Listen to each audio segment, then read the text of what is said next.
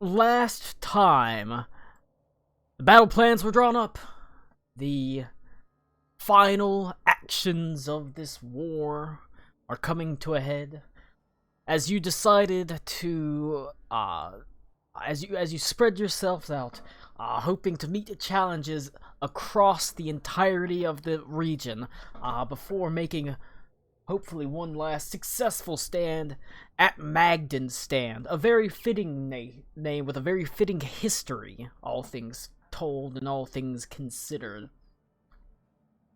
It was decided that Karakwa would go to help druids awaken the forest in the hope of gaining a powerful weapon in the fight. Reed and Aruna are going to help with the magical ritual alongside the battle mages to ensure that the only aerial support that they'll have is Bismarck and the White Tide Mother, who are strong enough to get through this force field, but it's their allies are not, because they do have some allies, some flying, like, manticore beast things that they fly with, follows them through the storm. Meanwhile, Venta and Ito decided to go storm the beaches, like it's Normandy, establishing a beachhead alongside Burnesh and the Iron Trove, while Klaus and Alec Cool decided to go infiltrate a area that had Ice Titans, terrifying siege weapons capable of throwing massive boulders up to a mile, dealing devastating damage, while Henley went alongside his lady love, Adelaide, to the pass, leading at the front, where the full brunt of the ensuing army will hit in quite shortly. The only remaining one objective was Verlasan, as there is an army that's walking across the sea, but you can't spread yourselves too thin. Obviously, you don't want to risk everything because these can be quite dangerous. You do have a little bit of time to prepare yourselves, a few days at least, where you are able to eat up, rest, make sure that your whatever. Like I said, if you have to change out spells or change out weapons or do things like that, etc., you have time. You eat well.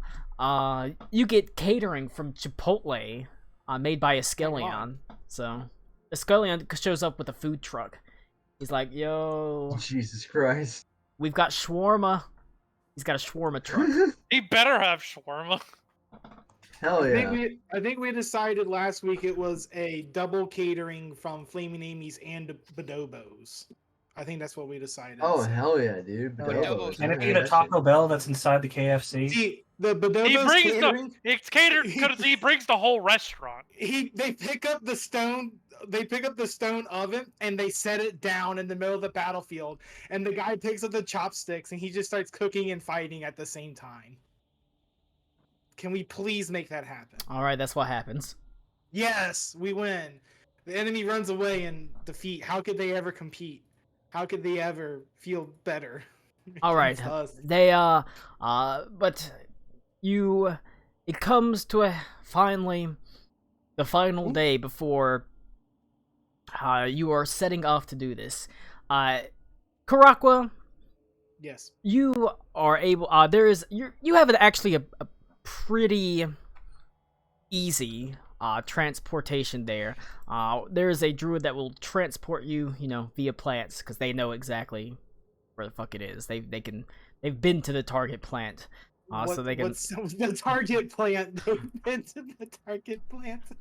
They've been to the target plant, so it can drag you in as well. Oh, that's so funny. They've been to the target plant. You find that it is a druid of the crashing tide, standing, as it happens, ready to transport you as Aruna is there with Reed preparing with the battle mages to teleport to the ritual circle. As Ito and Venta are ready to board the iron trove that sits ready to break through the ice to establish this beachhead, as Henley and Adelaide and Alec and Klaus stand ready to set out the west, following the Emperor's march to reach their own objectives. It could very well be, the last time you ever see each other. There's no way to tell. Especially because I killed Karakwa. Karakwa dies at the end. Hooray! But you say your final I goodbyes. use my Potentially final revival goodbyes. skill to come back at half health. They pour water on you as you're blazing. Damn it. You have the opportunity to say whatever final parting words you can. Hopefully it won't be the last time, but you sort of nod your heads and part away, each of you walking in different directions, as this crashing tide druid walks to a small tree and places his hand on it, and you are sucked inwards.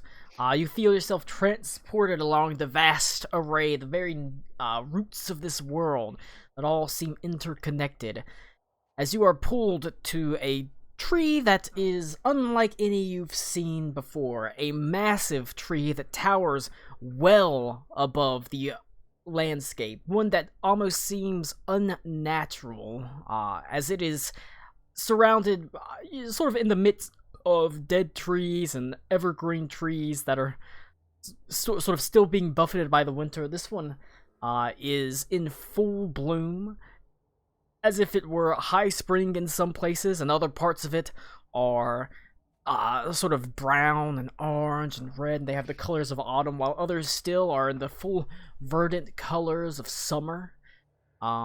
Situated around it, you can see that the crashing tides have sort of created a circle at its base. You can see magic flows from their hands, rising and writhing up the trees of the trunk some 100 feet to wrap itself around the limbs and bury itself in amongst the foliage and flowers above.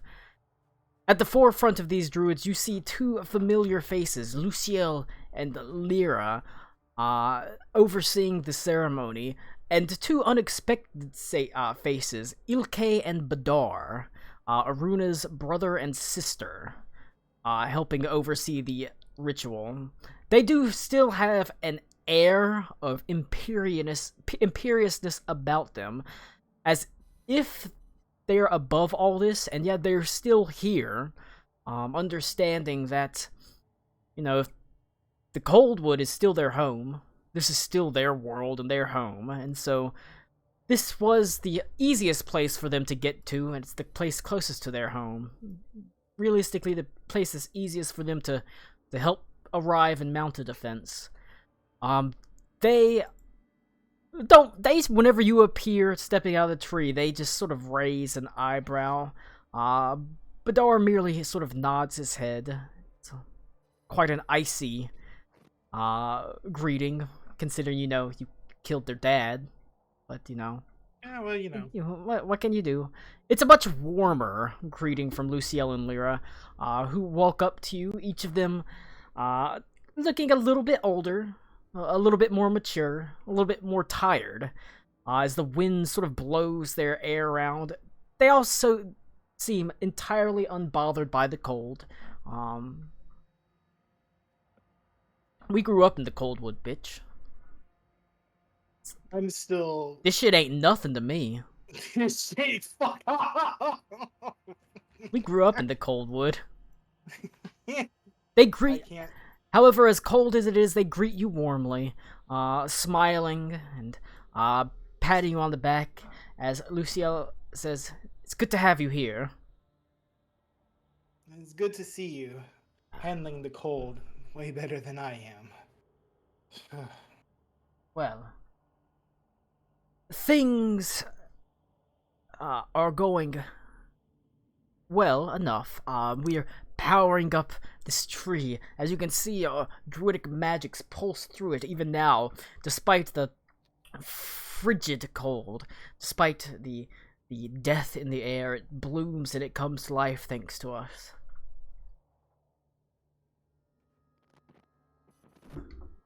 How tall is this tree here? The tree is probably 100 feet high, just the trunk, and branches out another maybe 30 or 40 feet and branches up. This might be probably one of the largest trees I've seen. It's a big boy, and It is a big boy. it towers well above the landscape. Of course, Lyra says, of course it wasn't always this way. Wasn't much taller than the rest of this place when we started on it, not more than a couple of weeks ago. We've done what we can. Even now, I can feel it awakening as she sort of places her hand on the trunk, and Luciel does the same as he sort of closes his eyes. You can even feel it without having to touch it. The tree itself stirs. Whenever the wind blows, the tree doesn't really give. It's almost resisting it, almost as if it's flexing against the wind.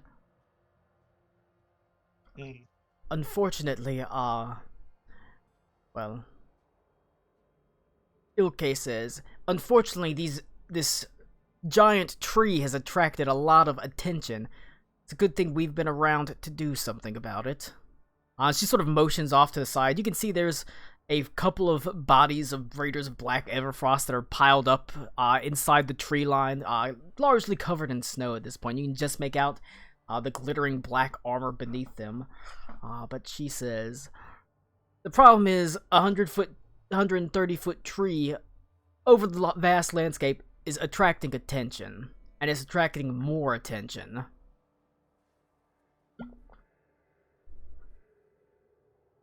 We just need help defending the tree until it fully awakens. Then hopefully it'll be able to defend itself. I believe I can do that for you. Wrong tube. Oh, Jesus. Okay. Which tube did you put it down? I went up my butt. Alright. Oh, no. I'm butt chucking it. Alright. No. Some time passes. I want you to roll a perception check for me, Caraqua. Sure. And can I go ahead and have the totem out too, please? Yes. Since I have basically infinite wild shapes now. I have the ultimate wild shape. It's called love. Yo! I rolled a 31. What the fuck?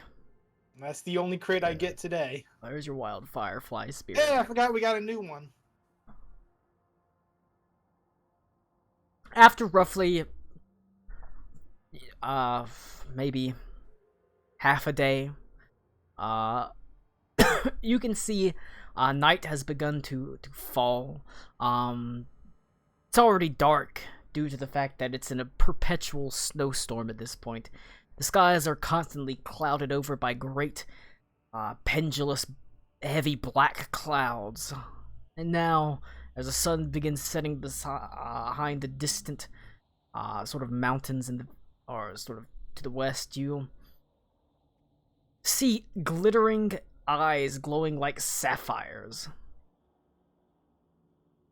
Largely blue, but every now and then you'll see a flash of like orange. As you can see, there are quite a few of these black Everfrost Raiders moving in and amongst the trees, and you've seen only a handful of them really in your time fighting. You saw some, but you haven't really fought a lot of them. Yeah. Let me go up to my enemies. You see monsters. They are largely there are several hulking, brutish ones that you can just barely make out. Even their footsteps muffled by snow, you hear the thump, thump, thump, thump as they grow closer. They are in like black plate mail. They have big ice like mauls. You character artwork. Oh, Well, Lich King jump scare. Lich King jump scare. And they are intimidating, to be sure, but interspersed in and amongst them, you actually see these flashes of orange, with that good of a perception roll, appear to be what appears to be like smaller Raiders of Black Everfrost, but they're carrying like bottles of like blue and white and orange fire. That's what they look Fucking like. Sweet. How horrifying. How horrifying.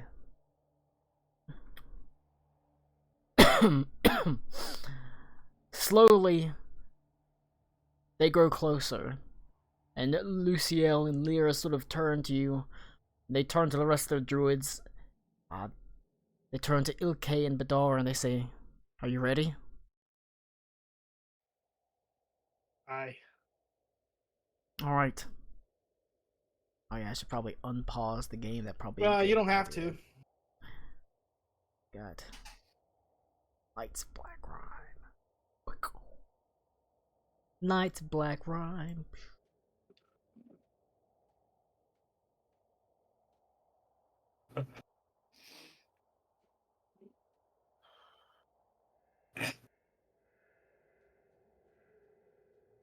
Three of the massive knights rush forward, no longer trying any kind of stealth at all. They are followed by 10 of the actual Everfrost sappers, which is what the alchemists are called.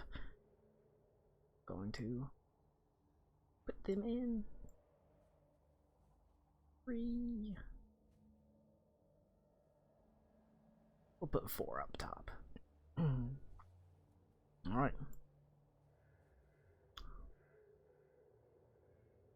And that is a go ahead That's a lot of dudes. and roll initiative. Let's do it, I guess. Wow, 17. That's actually pretty good for me. Zapper. Ilke and Badar act on a turn. Ciel and Lyra act on a turn together. Alright.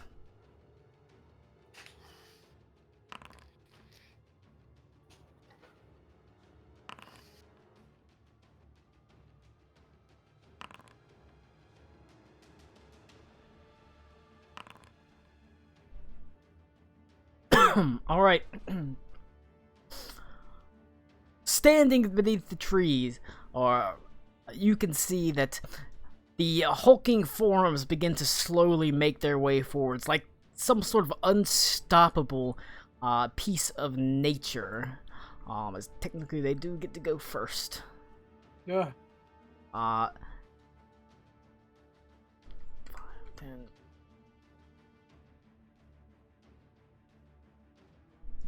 Alright.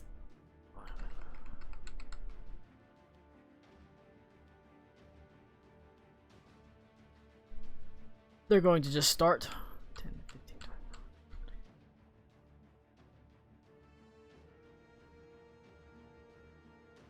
Rushing in. They have to dash to get to you, though. Oh boy. Even that is not super fast, though. As they're going to slowly move forward.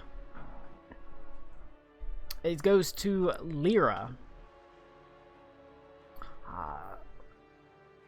Lyra almost sort of nervously with anticipation, looks to Luciel and looks to you, and she says, let's see what we can do to cut these fellows off. She is going to cast Wall of Ice. It's a good one.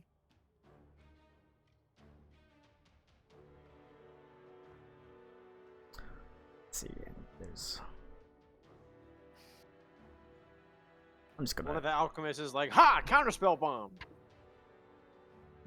Just fucking tosses it from a mile away.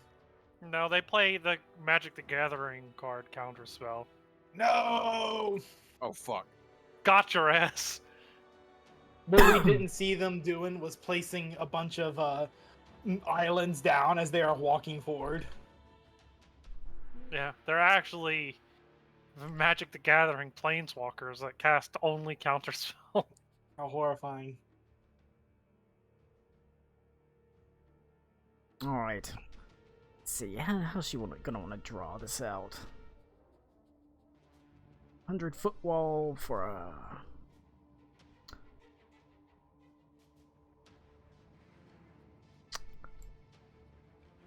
What the fuck was that? Sometimes I fucking hate these stupid.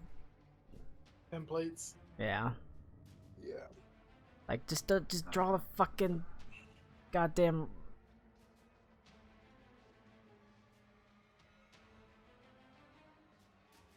Close enough. She's just gonna make it so they've really got a hard time getting to you.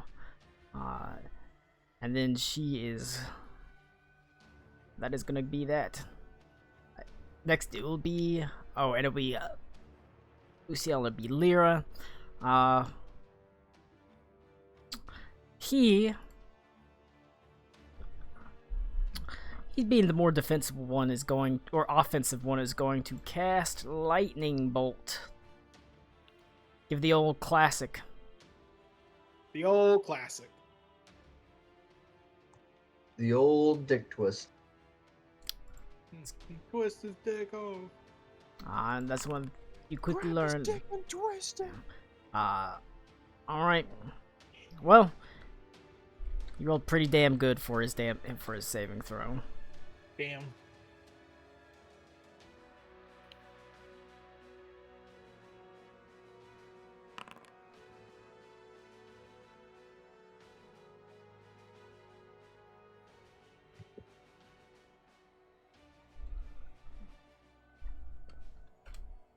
Alright. Next it will go from Lyra to technically Ilke and Badar. Oh, I fucking hate when they do that shit. Hold on.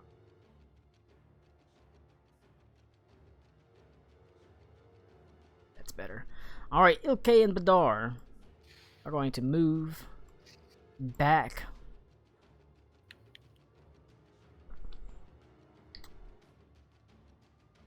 What do I want them to cast? They're sort of. They're gonna feel out some things.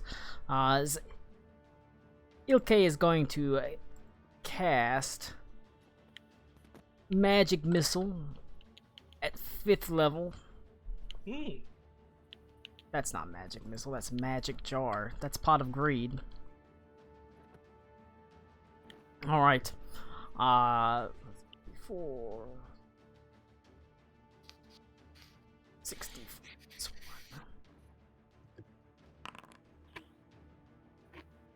3 times 6. All right.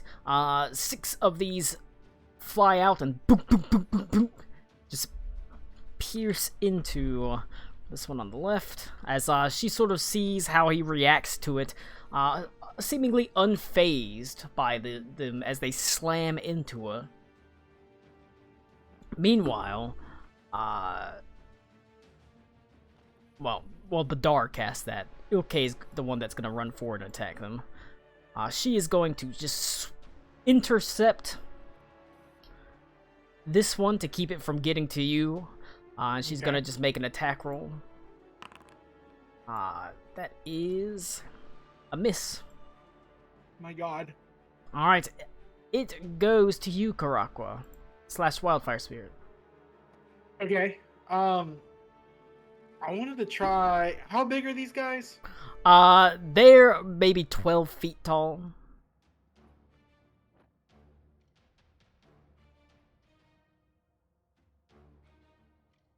I'm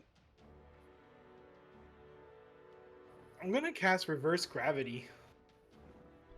To the moon! My template went away. Hold on. See what I can try to fit in here without getting everyone else. Like that. All right. I'm guessing this guy. I'm trying to make sure the squares are hitting him also. Yeah. 100-foot high, 50-foot radius cylinder of anti-reverse gravity sort of begins rising up from the ground as, let's see, I guess this one can make a dexterity save to try to grab onto the tree, but the other ones don't really have anything to grab onto. Okay. Give it a try. DC 20. Yeah, they're not super dexterous. It's only 11. Zip, flies straight up into the air as they're At least get him out of there for now. So they are. That'd be these three up here and these two guys, I guess. Oh wait. They are 100 feet up in the air.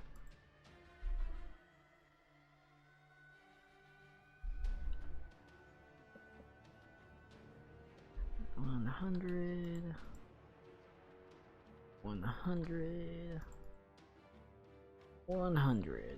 All right, they're all floating up in the air. Not sure what the fuck they're doing. They're like, Jesus Christ.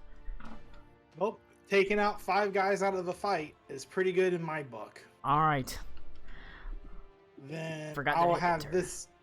Sorry? I said I forgot to hit enter to make it. There you go. There we go.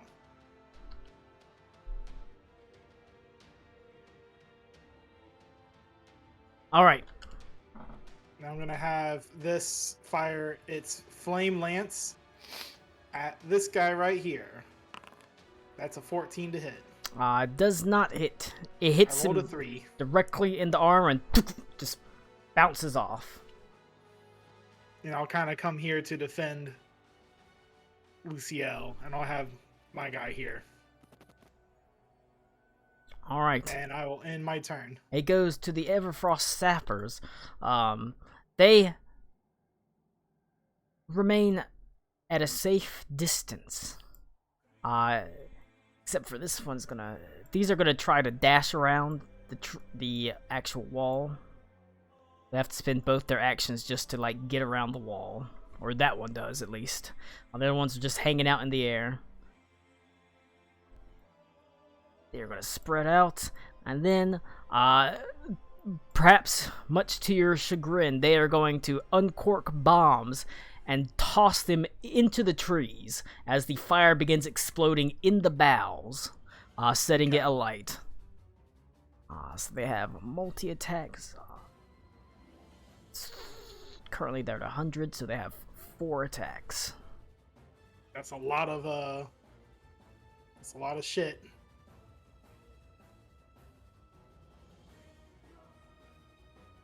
Do 2 on each side. How good is the dexterity saving throw of the tree? Bad. Damn. Would you believe the tree that can't move at all has no real dexterity save? I think that's bullshit. Awaken it. Awaken it. That's what they're working on right now. I'm trying, boss. I'm trying. That is all for their turn. Don't rush me, damn it. As they move forward, just enough to throw the toss up into the trees and begin setting it on fire. Better the tree than you, though, right? No. All right. The single Knight of Black Rime is going to move forward to attack you. You've taken 3 out of the fight, so it only has 2 attack, or there's only 2 attacks instead of 6 coming in. Hell yeah. All right.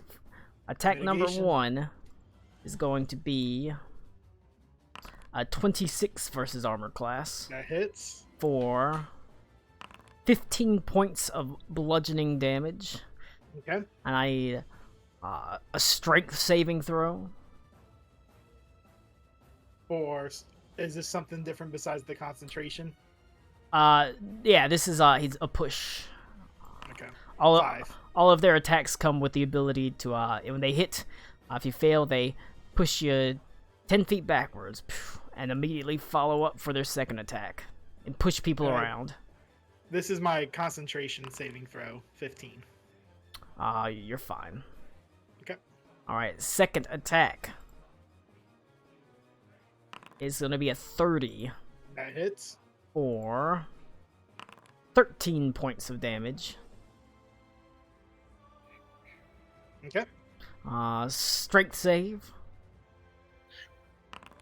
15. Alright. You get pushed back another 10 feet. He's able to immediately follow. Push Do you I get back pushed here. into my reverse gravity? Okay. Alright. But he... Poof, luckily, like I said, that's, not an insignificant little chunk of damage, and that's only No. and you've managed to CC 2 of them, so it could have been a lot That's true. worse. It goes... This guy moved into the reverse gravity right here. Oh, yeah. I'm just gonna make him fail. Alright.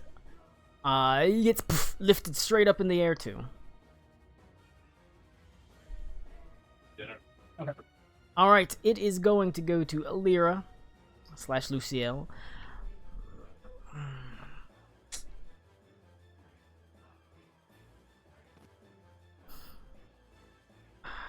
What do you want to do, Lyra? You're the defensive one. Oh, fucking... My fucking, D&D Beyond fucking logged out. Great. Hold on. Oof. Let me fucking log back into it again. It's because I cleared out my damn cache. Oh man, I forgot to hit the record button again. Oh no. Oh well. Oh man. Dang it, I mean- Colin. We will remember it in our hearts.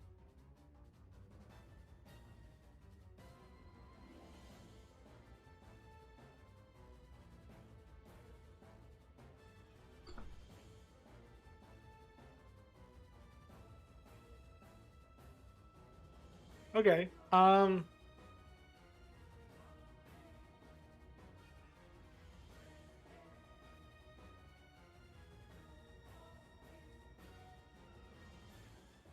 Making all of these guys fall would be really funny. It would It's damage even them. better if you can add like comedy music and like wah wah. Oh yeah. Then I could just cast reverse Little gravity Benny again and pick Hills. them all up again. Is like what Rocket was doing in Guardians 2. Oh my god. In the scene where he's fixing the ship. Actually, what kind? Can I see from the flames what kind of fire it is? Is it just like an alchemical fire, or is it some kind of like magical? It appears to be an alchemical fire. You did see they definitely threw bottles of stuff up there. I just thought of something really stupid, but it's also really cool, Colin. Yeah. What if as Lyra and Lucille tried to awaken the tree, what if I were to also help awaken the tree to imbue the fire within the tree? Okay. How do you plan to go about doing that?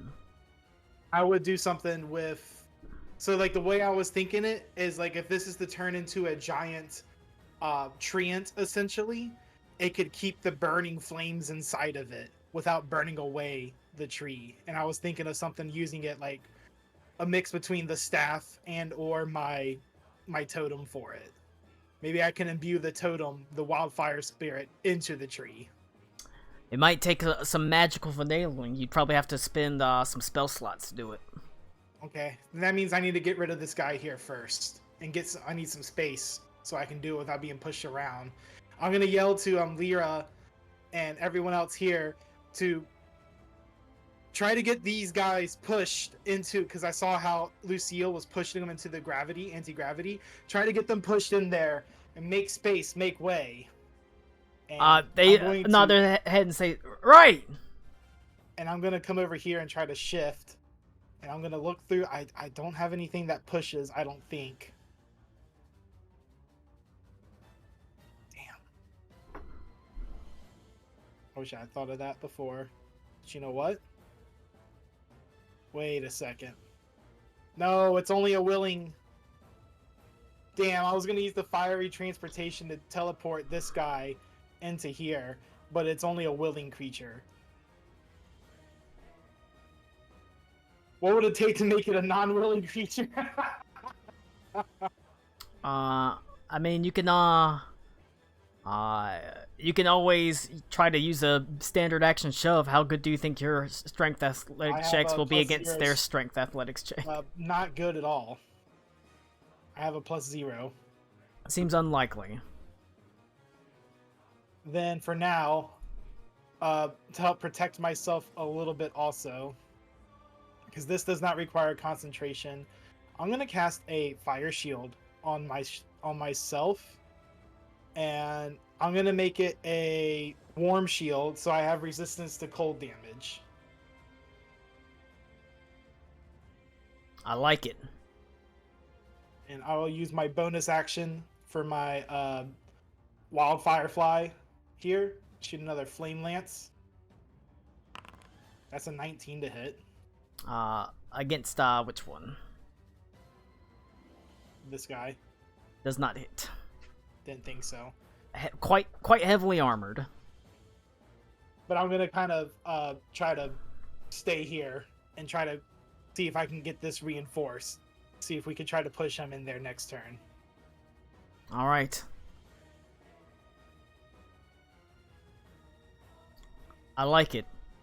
You got a plan. A wise Somewhat, maybe. idea. Time to take An a sip idea, of that's beer. for sure. Here, that's my turn. I'm gonna pee real fast. Give me 10 seconds. Okay.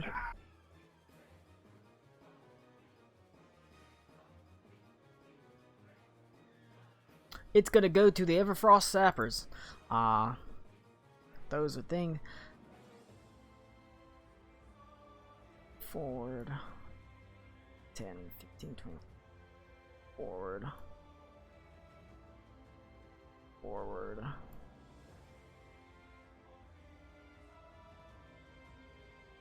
Alright.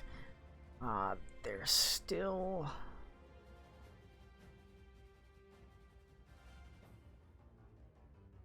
Still doing pretty okay. Alright. We got bombs coming in. This time, frost bombs.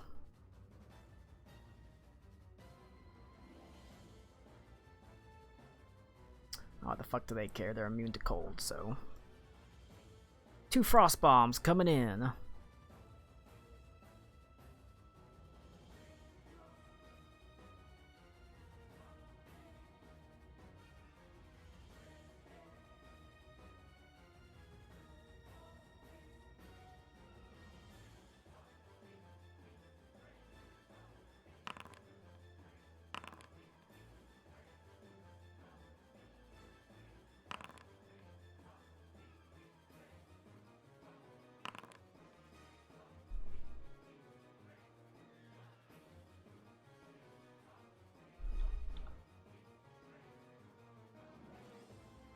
Okay, I'm back.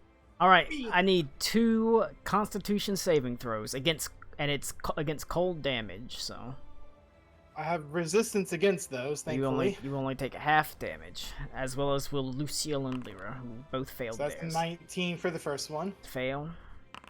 and a 14 for the second one. 2 fails. You take half of 37 cold damage and half of 28 cold damage.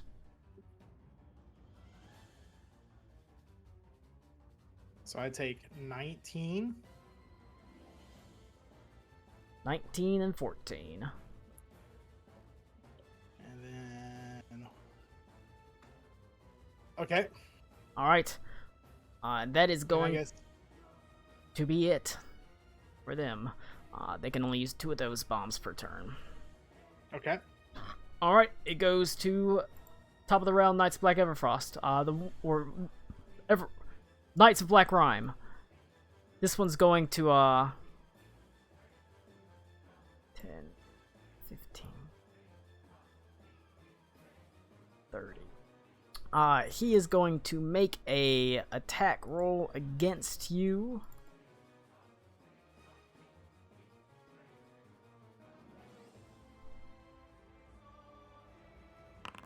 It's only going to be a 15. That's a miss. Alright, he'll make his second attack.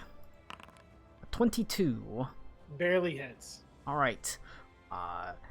You take 14 points of bludgeoning damage, and I need a strength saving throw. Okay.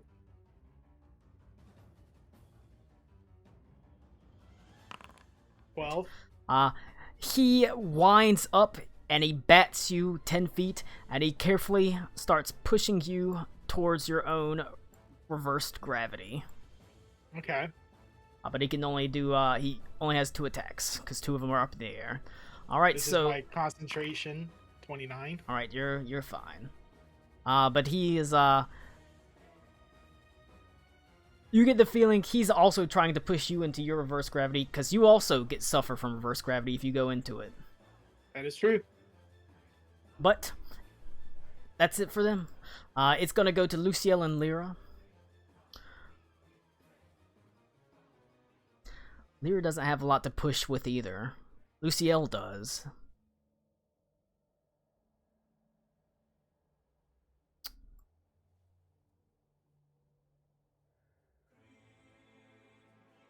Get here. She does have. She's got Thunderclap. She's got that.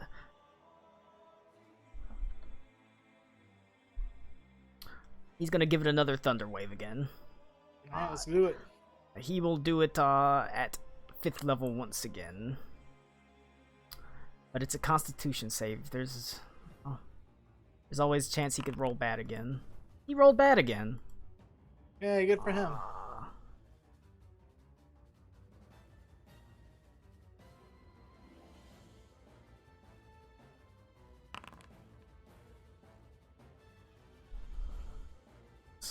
34. That's gonna, and he'll push.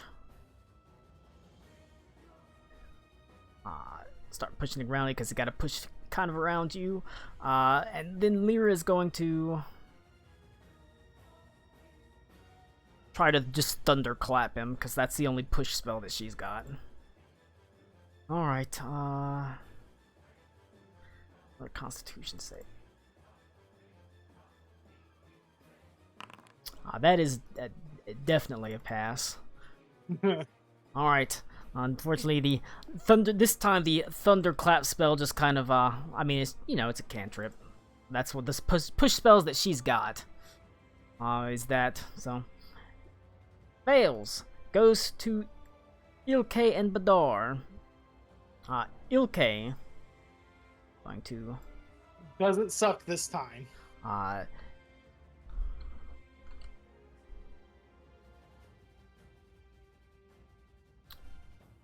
She's a strong girl.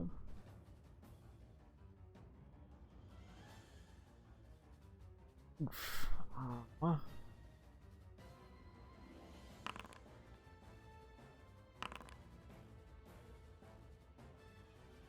Alright, so we got... She starts pushing him as well. Unfortunately, I can't get her... Cannot get him into it this turn, but she's able to push him closer. Because Badar is going to... he's going to continue working on putting the out fires.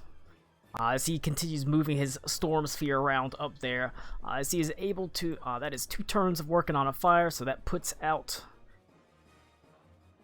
this fire up here. Alright, it goes to you, Karakwa. These are gone.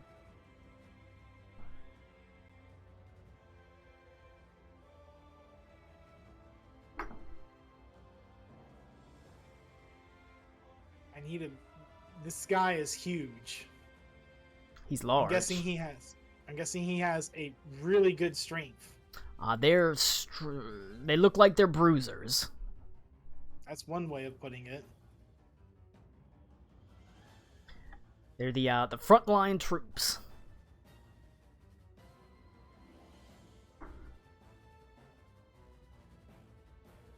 Let's see. It might be better for me. I'm gonna move this way. I wild shaped into an animal, but let's see.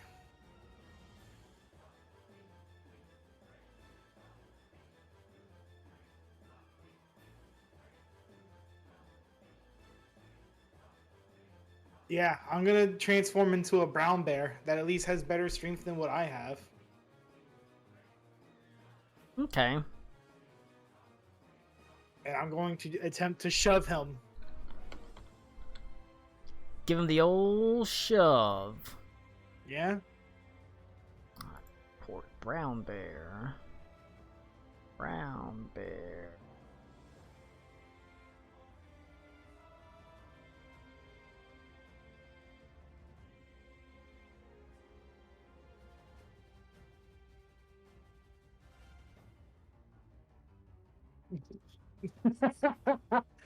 The 3D brown bear isn't real. It can't hurt you. There you go. Brown bear. Brown bear, what do you see? I see a Knight of Black Rhyme. I'm gonna try to push. I'm gonna try. I don't remember that rhyme. So much pushing. All What right. is this, a sumo match? Yes. You give it the shove. Yep. Athletics check. Alright. Guess that would be this thing. It will also Athletics. oppose you with athletics. Oh, that's...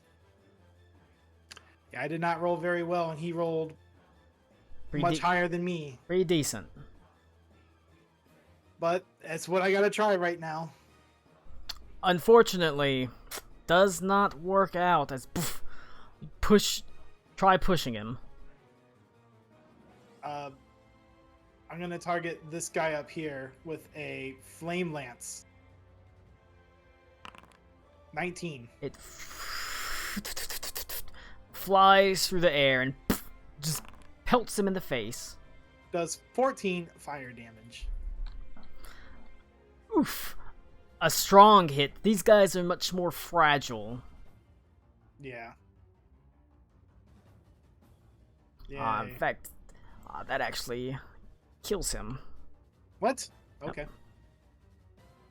Forgot that's more than 10 hit points. They've got... All the things have unit hit points, so... They've got a single health pool divided amongst all their people. Mhm. So, like, if you do a certain health thresholds, like, one of them just, pops. It's just gone. That's fair. And then their attacks get weaker once they hit certain thresholds. They get less attacks at certain thresholds, things like that. So, yeah. It just sort of... So we're not rolling, like, everyone attacking. It's just, like, 3 or 4 big attacks. Alright. Gotcha. I was gonna go to the Everfrost Sappers. This time, they're gonna load up some fire bombs. However, this time they're not throwing it at the actual tree. They're gonna throw it at you. Okay. They don't mind hitting their guys because they're immune to fucking fire. I guess I would use the bear's dexterity, Yep. which is a 16. So that's 1 bomb. Then they will throw.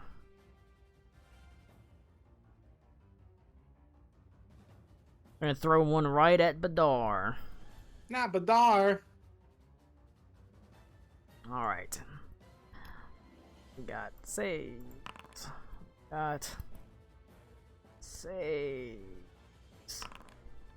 Pretty good. Right. Peanut, you can't drink beer. Get out of there. Alright.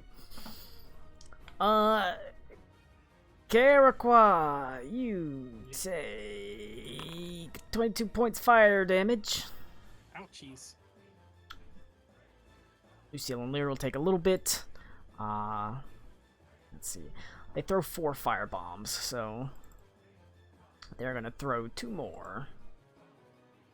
Oh, Do it. and it does leave burning areas on the ground. Good. I didn't mean to roll damage again. I meant to roll to place a damn measured template.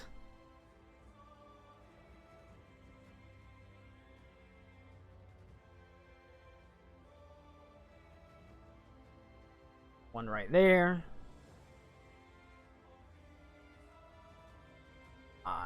This one is instead going to try to disengage. Try to step away instead of taking a fourth bomb attack. Alright, it'll be one more save from Brown Bear. One more save from Luciel. Or one more save from Lyra. That's a natural 1. Well, it's a good thing you don't take double damage. Yeah, that's fair. You take 23 points of damage. So my bear goes to 0. Bear pops. Yep. And then I take 11 left over. Alright. Drag.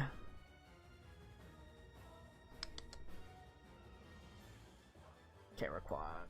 Back out. Into the fire.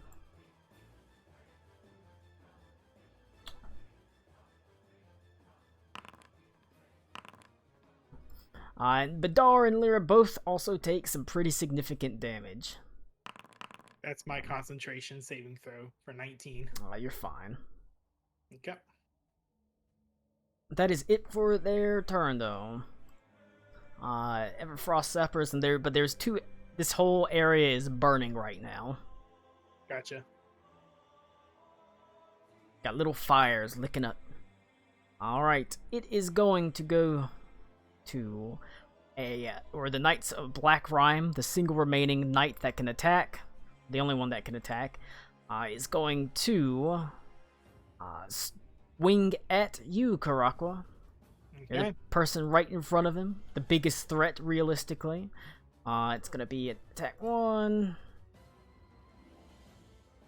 It's gonna be a 26 Hits. for 9 points of bludgeoning damage. Thank you, Jesus. A strength saving throw.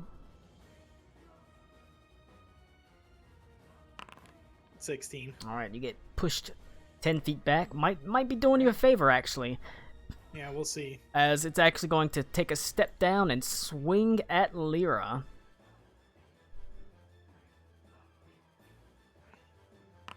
It's gonna hit for 13 points of damage, and she is going to also get knocked the fuck backwards. Ouchies. She's getting a little beat up. Like, they're doing okay, but, you know, they don't have player hit points, you know. Yeah. Alright, that's it for that turn. It goes to Lyra. She, being beat up, a little bit hurt, she is going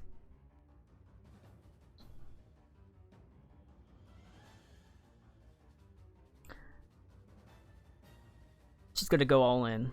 Highest level spell slot, Lyra. You need Let's it. go. Let's go. Her highest level spell slot is 8.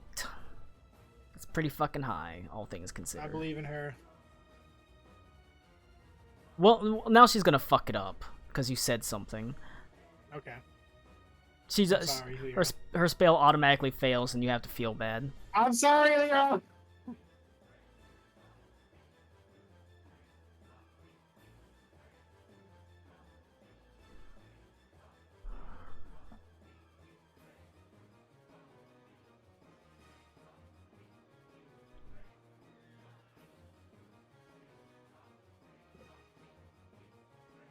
I don't want her. All right.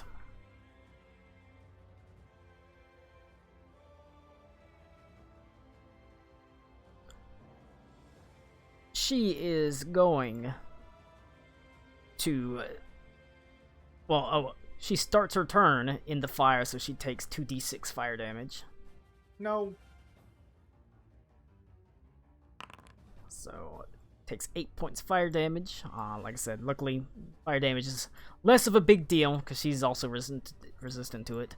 She's gonna rush up, and she is going to cast Sunburst. Ooh. She's gonna do it right where she can hit these guys. Do it. And only those guys, because she doesn't want to hit you. Yay. I mean, no, she does want to hit you. Never mind. No. Save. Save. Some fucking high roll, pretty damn high rolls. Two passes and a failure. That's Jesus, being dude. said.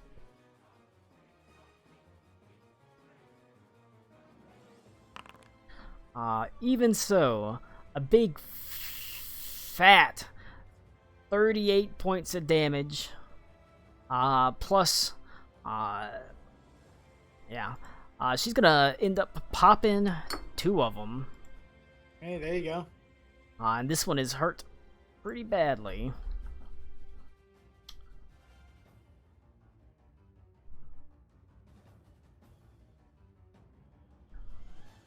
Alright, that's it for her. Okay. It is going to go to Luciel, who also starts his turn, taking 2d6 fire damage.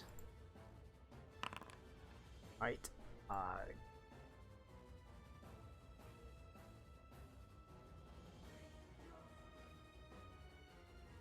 Alright, Luciel.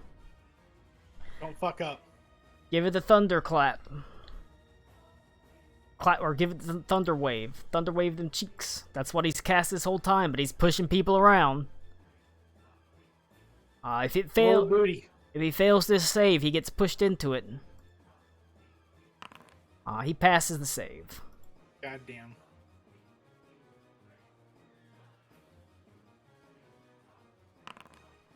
He still takes 6 points of damage. And at this point, this one's pretty damn beat up. Okay. Alright. It's gonna go to Ilke / Badar. She'll try again. Keep pushing.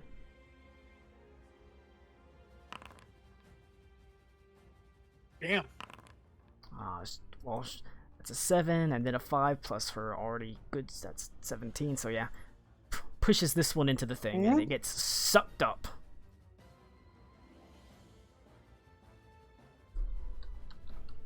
And then she's going to move towards this one. All right. It goes to, or it's gonna be this one. Badar takes Badar. 2d6.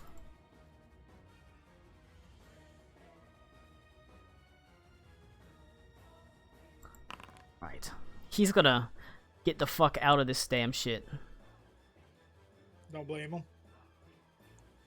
Fucking deuces. He's Bye, not nerd. stupid.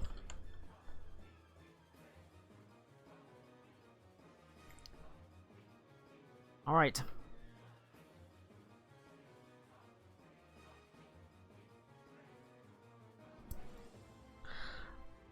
He is going to cast now that he's put out this fire, he turns his attention and he is going to use his highest level spell slot and cast Power Word Pain. Ooh. Well, that's not his highest level spell slot. Never mind. I thought it was an 8th level spell. His 7th level spell slot on this one that you've been beaten up. Okay.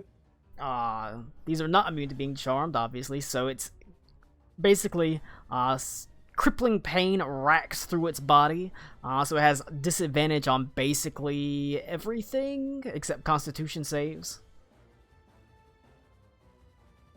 Alright. That is what he's gonna do. Yeah, do it. I mean, that's what he does. There's not a save. Okay. He just does it to him. Alright, it's happened. Alright. Oh, shit. What was... I forgot. You got pushed off the initiative because I deleted you. What was your initiative? I was after... You're at 14. Okay. Yeah. 17. 17. I was after Ilke before this happened. Alright, it goes to you. Okay. I guess I take fire damage. Yes, you being take in here? 2d6 fire damage. 10. Alright. Obviously, it's fire damage, so... Yeah. My guy's hovering. I don't think he takes anything. I think he's immune to fire anyway. He's fine. Fellas, is it time for something risky? I leave it all up to Max. Max is gonna tell me, is it time to risk it for a biscuit? It's this the end of the game. It's If the end there of the is game. ever The- a the whole time point- to the risk The whole it for point. The whole biscuits, point fucking is. do it. The whole point is you're spending resources. Fight's almost done this though. whole so. thing is a risk. Fucking do Well, it. Yeah. Shit. We get the tree fire, like magical fire that like is part of it through druidic magic. Hell yeah. It would also help if it became, resistant to fire, because so far there's been 3 fires that are fire like spreading largely over the place. Figured that would be like over a period of time. Is that something? Can I, it's like, been- try to do like a push. To, it's been like, happening. Awaken this tree right now. You can if you want to dump spell slots into it. I will dump everything I need to into this tree right now. What do I need to dump? You are going to have to make it's going to be a nature check to do it. boy. However, it is currently a DC 30 nature check, so doable. You could do it with an 8. Well, it's DC 35, so not doable. But you lower the DC by 1 for every spell slot you dump into it. Is that an action? It is an action. You can dump an unlimited amount of spells into it, though. If you want to dump I'm all of it going at to- once, you can. I'm going to put a 7th, 8th, and a 6th into the tree. All right, so it's 35 minus 21, so Yep. DC 14. Okay. And I Alright. guess I can't do that check until next turn. That will can not be I? until next turn. All right, but that was my action to do so. The flame seed's gonna move this way, and he's gonna try to pop this guy with his flame lance. That's a 29 to hit. 29 will hit. 14 damage, fire. Ooh. It's a good thing you got those fire immunity bypasses. Yes.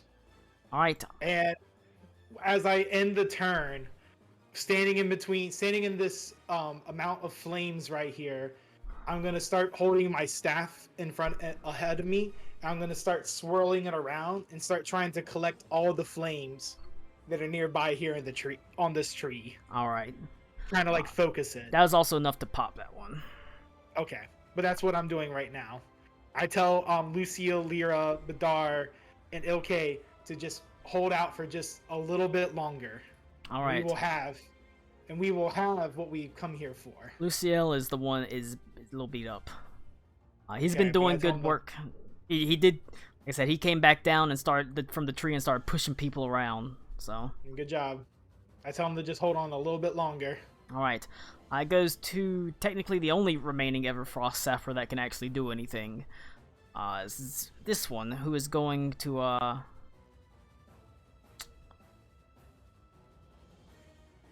You know what? Drop the fucking firebomb on yourself. Throw it at your feet. What? He's gonna throw it at his feet. Why not? Why not? He can't take fire damage, so. It'll be a dexterity save from Ilke, which she's pretty good at. She fails. For 22 points damage. It's a healthy little chunk of her health as well. Dang. Alright. Goes to Knights of the Black Rhyme. He's gonna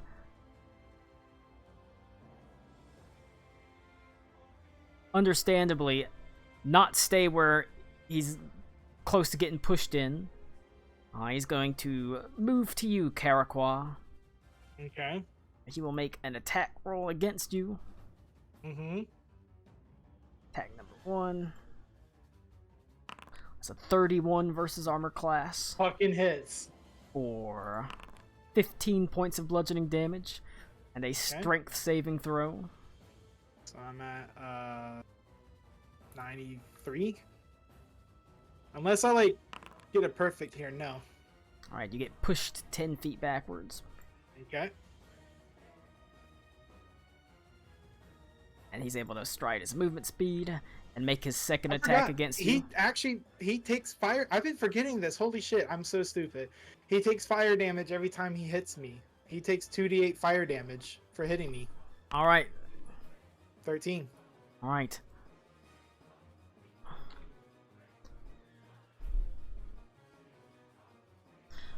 He will make one more attack against you. Mm-hmm. Only a 16. Does not hit. Does All not right. hit. It is going to go to Lyra. Lyra is not in the burning fire. However, what's she gonna cast? She already cast her highest level spell.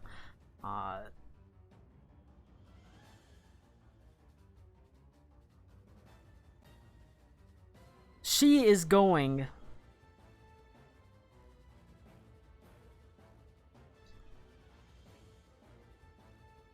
She's actually going to. I'm going to do something a little bit different.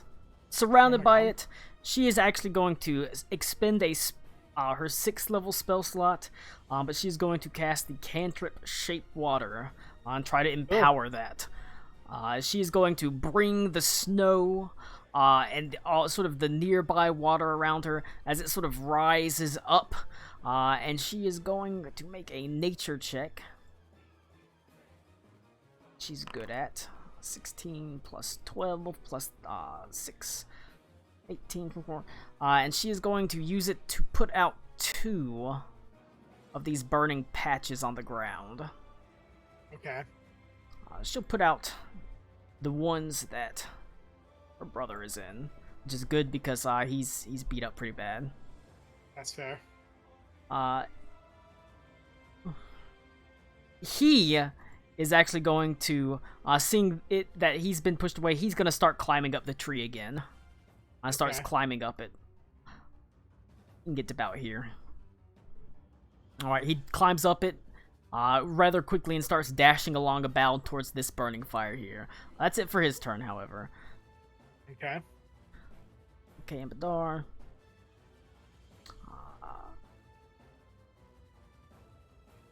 Alright, Badar. Don't fuck it up. He is going to cast Lightning Bolt.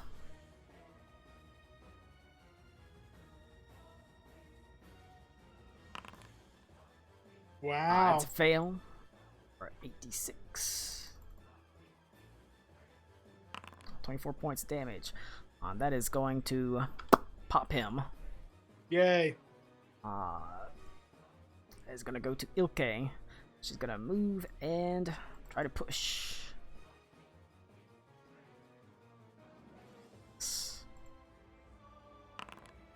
What the fuck? Wait. I don't have her athletics in right, so it's... Imagine it's higher than 17. Well, alright. So she got an 18 plus 10, yeah. So she pushes him right into that one as well. Okay. And he gets sucked up into the vortex. Alright, it goes to you, Karakwa. I, holding the staff above my hand, I yell for Luciel and Lyra to come to me. And Luciel's already in the tree, but he like wraps his arms around the branches. I say, do not let the fires burn this tree. Focus it. Let it bring this tree to a greater life than it could even know. And I will take the staff and I'll kind of like clash it against the tree as I then try to attempt to awaken the tree using my nature check, right? It's Yeah, only nature. a DC 14. Well, I passed with an 18 barely. Well, it's a good thing you did it. Slowly the tree, previously holding tight against the wind, sort of begins pushing back against it, and you can see the arms flex as it begins to sort of move on its own. You can see the roots begin to lift up out the ground slightly as fire that is spreading through the tree. Lyra quickly continues shaping the snows around to continue like patting it out as Luciel sort of runs along the branches. he is going to cast his highest level spell slot.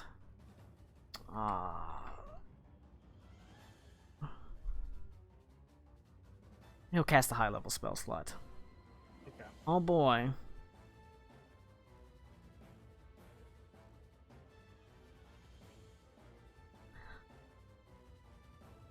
He says, he looks at everyone and he looks down at you, Karaka, and he yells, "Hold on tight!" As suddenly a 300-foot high wall of water forms out from the actual area here as he's going to cast Tsunami. Oh boy. And unfortunately it's going to cover the entirety of this map. So I need a strength saving throw from you. Oh boy. As we've seen, I'm pretty good at those. You do have advantage on this. Thank you, Jesus. Because that's 5 points better. That's not great. No, it's not. Strength saving throw. Not the strongest lizard. Passes. They're all gonna fight. Remember, these guys are flying in the air. Yeah, but so... it's still high enough that it hits them at 100 feet. How horrifying. It's 300 feet high. That's fair. God damn. It's 100 foot long, 300 feet high. I think it's what it is. 300 feet long, 300 feet high, 50 feet thick. Big old wall of water. Deals 6d10 damage. Ouch. 30. Perfectly balanced. Yes, these guys all fail, I'm pretty sure. Yeah, they all fail. The tree stands up fine. The tree, Obviously. would you be surprised that a 300-foot wall of water to a reeded thing is mostly just an inconvenience? And if anything, it helps it lift its roots out the ground, and it completely douses all of the fires on the tree. It also it crashes through here and just pushes through these. The people standing up at, like, in reverse gravity, it just washes all of them away. All of them get washed away.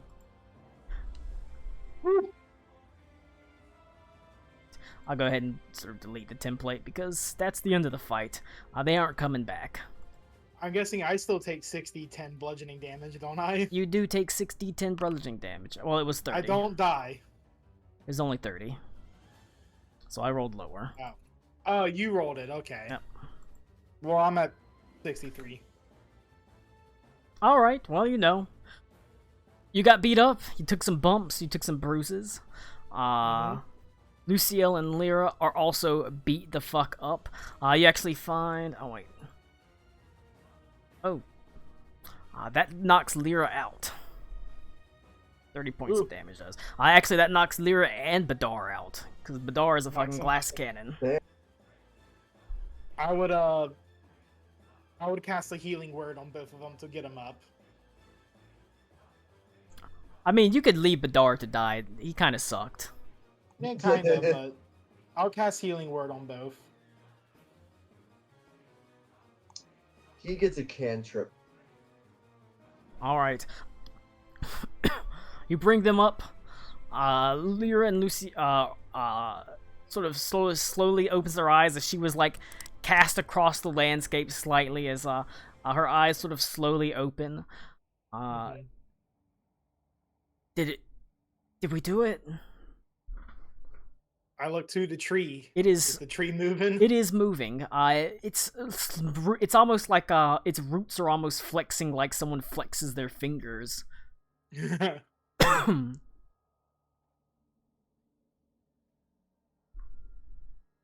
Good. It's been done. Good.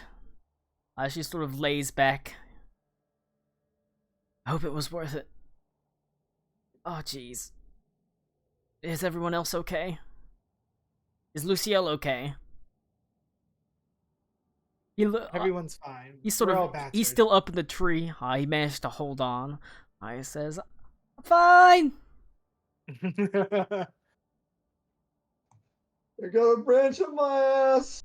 Unfortunately, Badar's reunion with Ilke, who also was fine with her strength saving throw because, you know, she's strong. She Yeah. turned out okay. It's a little bit less heartwarming as she just sort of leans over him and sort of shakes her head and just pulls him up. You're fine. Even Looking so, at the tree. she nods her looking head at and the says tr- thanks. Looking at the tree, how do the treants in this game, do they have like a face? Like, are we talking like Treebeard face, or are they just kind of like awakened trees? This is no mere tree ant, because a tree ant is only challenge rating 9, and that's bullshit. That's bullshit. This is an awakened tree, powerful, sentient, much stronger creature. It doesn't have a face, but you can almost feel it. If anything, you feel a strange closeness due to the magic you poured into it. Mm-hmm. You can see, it has areas where it's been damaged, like things hit it, you know. And there's like sap that comes out, but it like smolders and pops with heat. Hmm. Imbued with elemental fire. It could use it to protect itself from the frost that the enemy will surely use. The tree says, well, it was hoping to make like spicy maple syrup, but that'll work too. That will work too. That will do, tree. That will do. I was hoping to make like almost like hot honey, hot maple syrup. All right. That is it for We have to. What's the name of the island that's right next to us? the island to the south is Verlasan. Then this treant here shall be the torch of Verlasan. Carrying on its light after it's been snuffed out.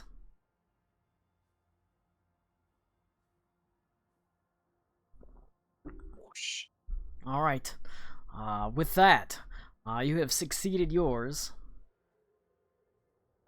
Yay! More importantly, it made you spend some resources, lose some health. Yay! I definitely lost some resources and some health. You don't during these fights you don't get to take long rests. You can take short rests though. Yay! So you can get, you can heal yourself up with healing dice and things. Yep. All right. Meanwhile, let's see. I think Aruna is gay. True. I think Connor's gay. Mm-hmm. Yes, indeed. I think the next group you could choose to do would Just- be I can- Amal and Yeah. Amal and Beaver, or you could do. Yo, I can I do love I can that do I'm the Henley. only. I love that I'm the only actual homosexual. I'm not even like the third gayest person here. It's true. That's true. Who's gayer than you? Well, Probably definitely Connor. I Connor's definitely supposed to put be him up. fun. Yeah. All right. And Well, then Tommy's married to a girl. That's already mega gay, and so are you, Cody. So that's yeah, like. that's the True. gayest. It's true. Honestly, Beaver's probably the least gay person here. We can go to Klaus and Alec Cool's stealth section. Do it. Yeah, Sapper mission. All right. We go to is Ice Titans. I hope you got some Metal Gear Solid music ready for this. I don't. Damn. Can I get a cardboard box or a cardboard cutout of a tree? They put Seriously, Snake I in think we need to Fortnite, get and I you don't that shirt. think- They put Mhm. Snake in Fortnite. I don't think they made a box as a weapon that you can, as a thing you can Well, get that like actually puts could- you in a box. I think it'd be funny. Did they at least keep the cake? Because a solid snake ain't dummy thick. That ain't solid snake. I'm It's not true. sure. I thought this dude was trying to suck his own dick at first. Based if true. Base if true. All right. Much as you Lord. Yo. turn,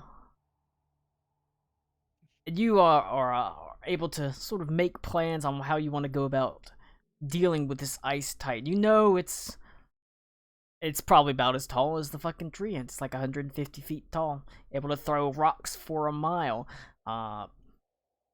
You are able to you end up kind of consulting with Gen, obviously the overall overseer of just the general war effort.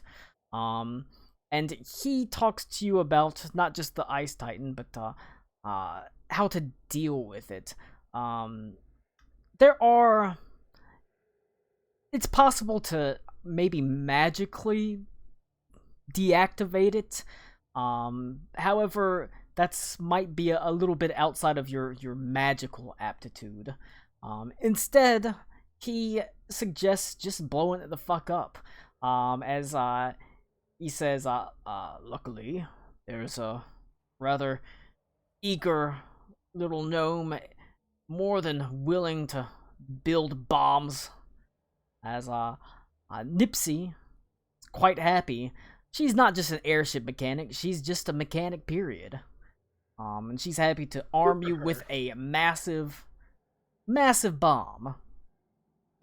I mean, I'm pretty sure like IEDs are like a fucking known pastime. Truly the greatest known pastime. Gen says, you're gonna have to... Now, I don't think planting it just on its leg is gonna do a lot of good. You're gonna have to climb up to somewhere center mass and get this thing buried in it and get the hell away. Because it'll make a... How big of an explosion do you think? As Nipsey says, pretty damn big. I mean, it's gonna light up the landscape. So, no. That'll be pretty fun, though. We'll probably feel it all the way here. Maybe. Well. Right, so I'm going to try to get away as far as I can, but I don't... You don't make it sound like I'm going to get away. Well, I hope it's not. Hope she's just exaggerating, but hopefully you'll be able to get away. I'll just get behind the tree. Yeah.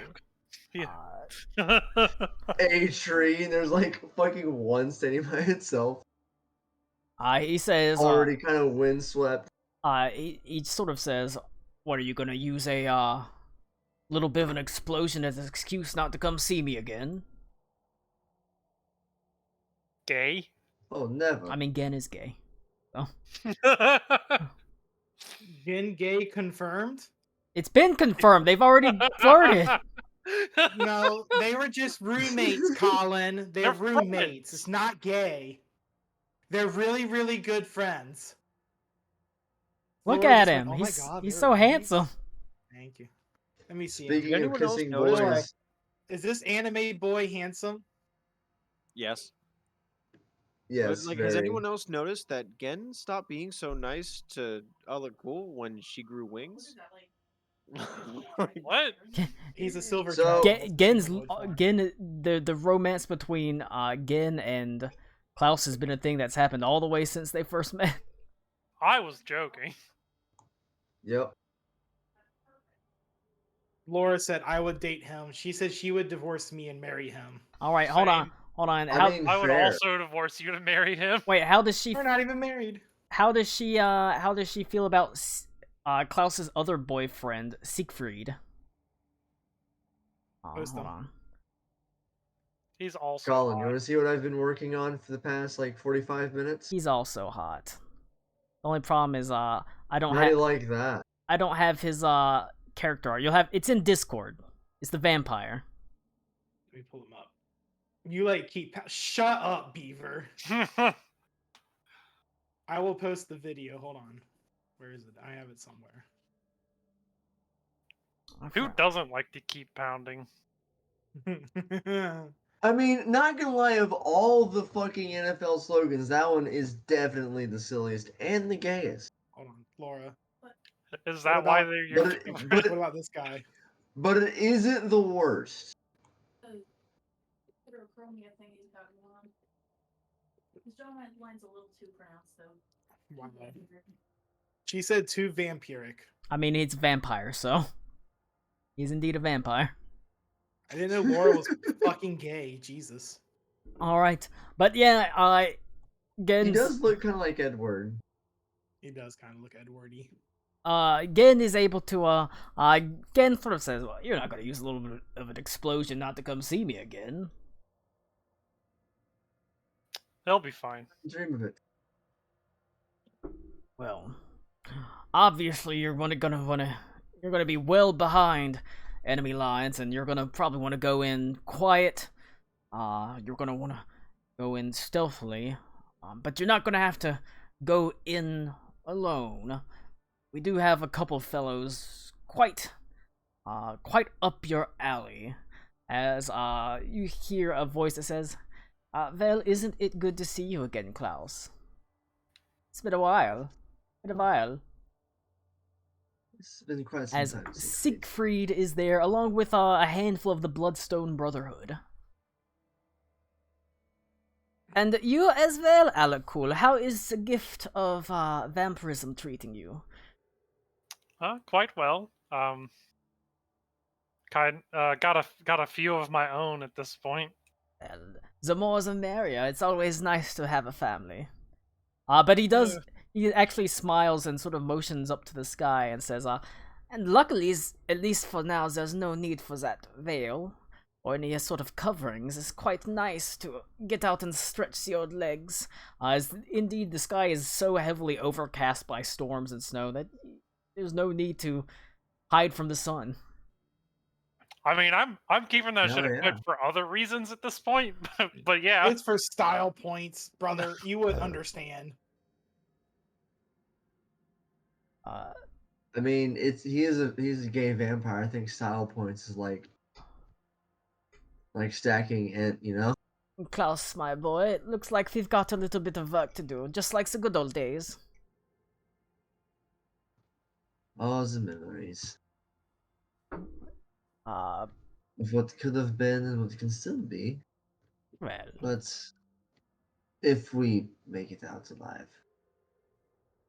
well, I shall have to make sure that we do so. Don't worry, I'll make sure you get back safe.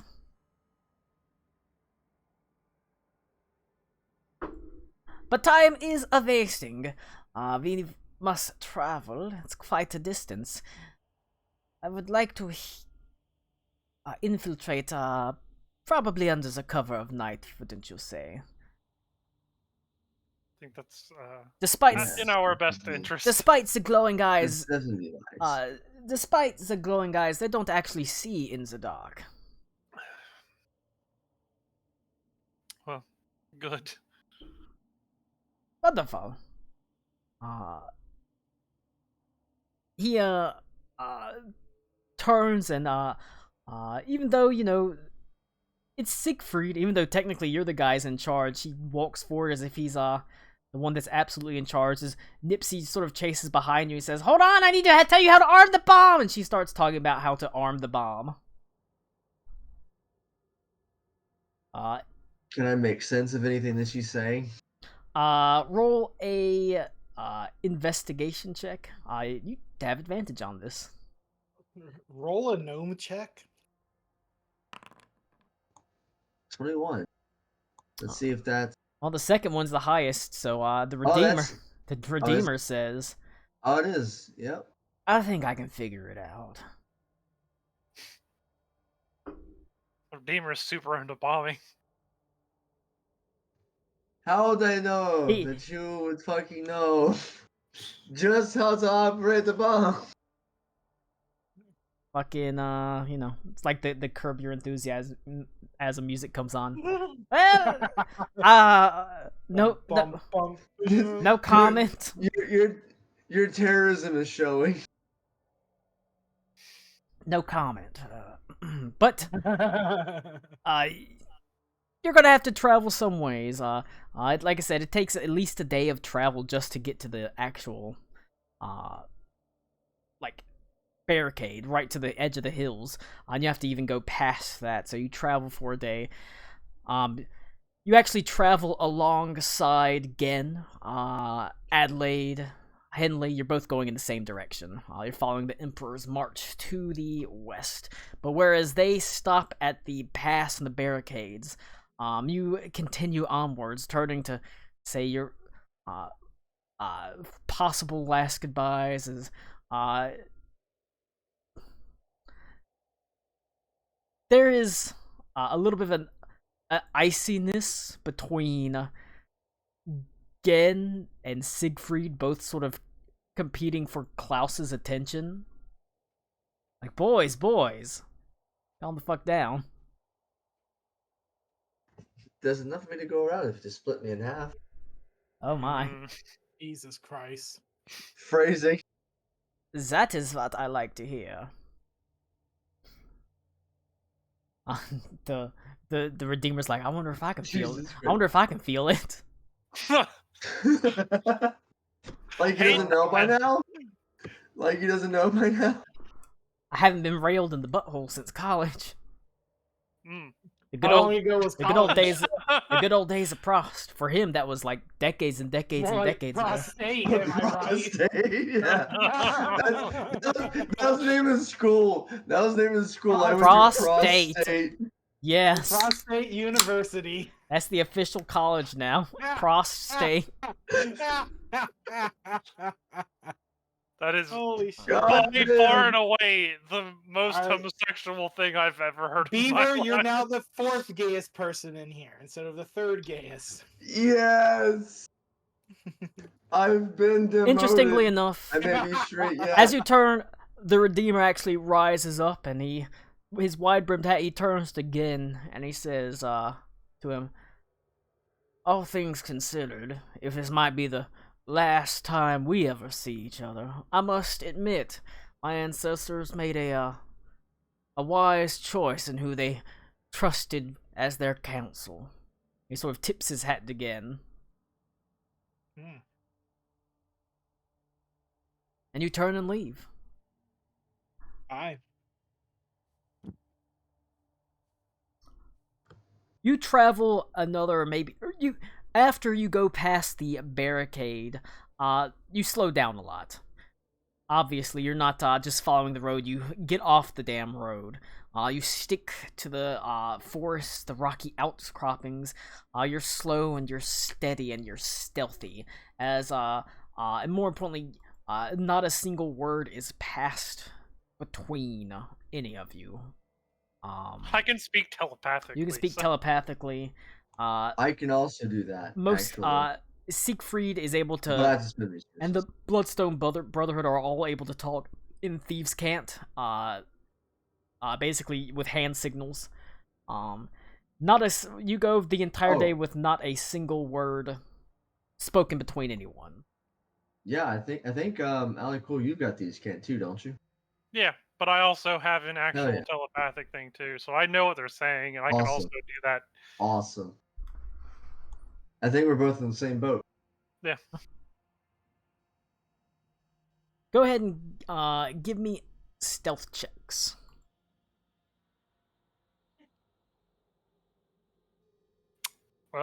Character sheet is broken again. yeah, I'm I just have gonna to- roll it on the other thing. Classic them all. It always breaks every time I Plastic. open up. I close it and then I have to reopen it. I always have to re-import it because it breaks. I got a 25. I don't think I have advantage on stealth. No, I don't. So, yeah, 25.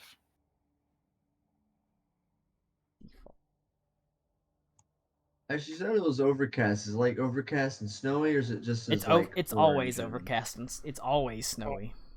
Right now, Okay. There, 33. it's always 'Cause turbo my- snowy. oh, mother. Gotcha. All right, I won't bother rolling with advantage since I already fucking I passed it. I mean, that's really high. It's 28. 28. Right. Siegfried and the group also do exceedingly well. They also got a 20. They got 30. All right. Stealth. Damn. Stealth. stealthing, you make your way forward. That's groovy. That's You're groovy. so stealthy, you're leaving barely any footprints in the snow. The few that you do, you're able to cover up behind you, as you do see that there are quite a few patrols moving along the road. Actual formations of troops, not just the loose smatterings of like scouting parties or lone wanderers through the woods. You have to every now and then do a like large skirt around an area, as you do see run into like small groups of them, and you see they're not all that different than realistically other troops. They do seem to make up camps. However, they don't seem to need to sleep. You don't ever really see them doing much more resting than sort of sitting around small fires every now and then. It does seem like they do eat. As you see remnants of meals left at fires, but you pass by a couple of these camps, giving them a pretty decent wide berth. And the night does slowly fall, and it gets darker. Siegfried pulls out a map, and he sort of walks up to you. Opening it, he sort of motions towards it, nodding his head. He sort of motions roughly to the southwest.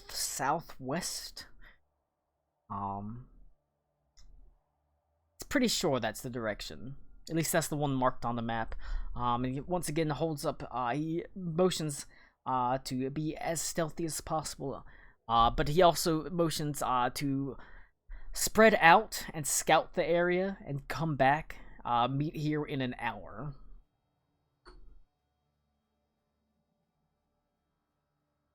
Cool. All right, break off. All right. Breaking off. I will say one of who wants to go north and who wants to go south. You go that way. I'll go home. You got a preference, Beaver? Fuck it, I'll go south. Okay. Fair enough. You what was it, Klaus that went south? Mm-hmm. Klaus, you head to Yeah. the south. Alec turns north. Siegfried continues to roughly to the west. The rest of the Bloodstone Brotherhood sort of goes off in a general westerly direction as well, sort of following Siegfried. It's only a handful of them. You're not moving in like a big group. There's maybe a half dozen. Okay. Go ahead and give me a perception check.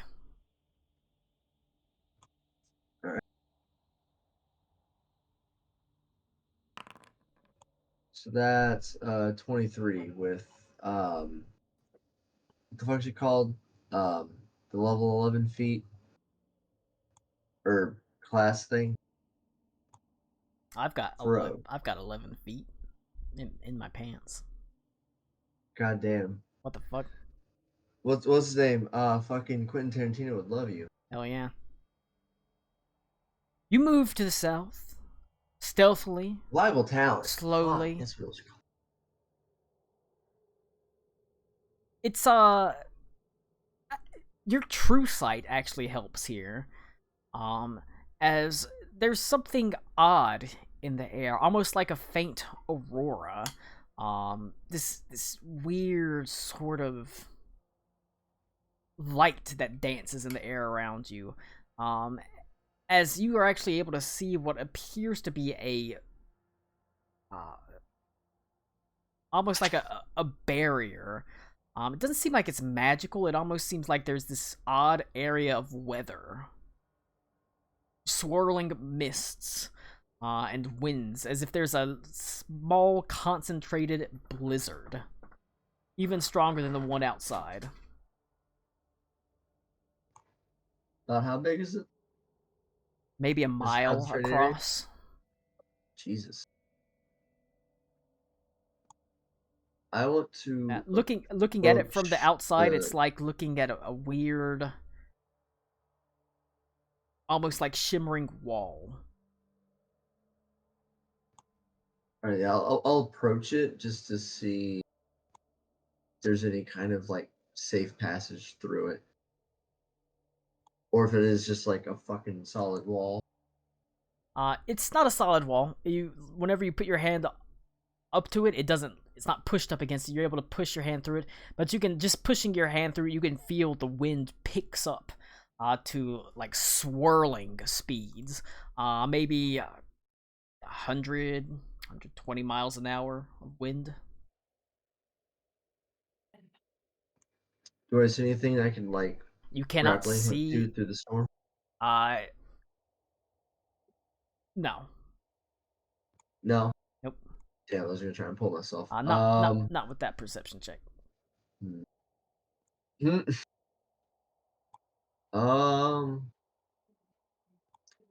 Fuck. I'll chime in on the headset or earpiece.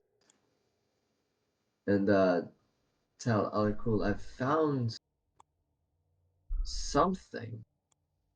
It's like a small storm in a case about a mile wide. It's a shimmering wall. I just Maybe say about what they're looking for. okay, and we'll still meet back in the hour. All right. Yeah.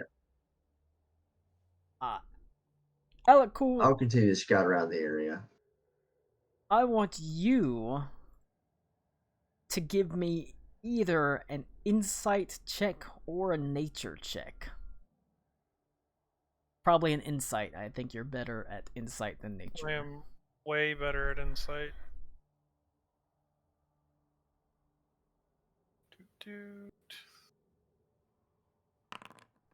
25. All right. You don't encounter any such walls or anything like that. You don't hit any sort of odd barriers. But you do see other Raiders of Black Everfrost. They do seem like they're on pretty high alert. They seem pretty vigilant as they're standing. Usually, guards are walking in patrols of 2. And you see maybe 2 or 3 of these patrols sort of go by as you're moving along. And you keep hearing they walk slowly. They don't really speak. They don't say anything. You just hear the sound of their footfalls. But after the third one, you do hear an odd sound, a faint as you can see around them walking, there are what appears to be like these dark birds. They look like some sort of raven or crow, a corvid of some kind, but they are larger than the crows that you have on the mainland here. They're big birds, massive. They're probably 3.5, 4 feet tall. Jesus. Okay. Very large birds, very large wingspan, fluttering around. Every now and then they'll pop down, and they'll land and sort of dance on the ground in front of the Raiders of Black Everfrost, and making calling sounds. And you get the feeling that they are watching. They've got eyes in the sky as well. These birds, these little sort of birds. Well, not little birds, but they're large birds acting as eyes in the sky. Okay. Well, unless I see anything else, I'm gonna go ahead and cycle back, because I imagine it's probably been close to the hour, right? Yep, it's been about the hour. You don't see anything more than that, though. Okay. Then yeah, I go ahead and cycle back. I don't say anything. Let's see. Yeah, I'll end up meeting him back there.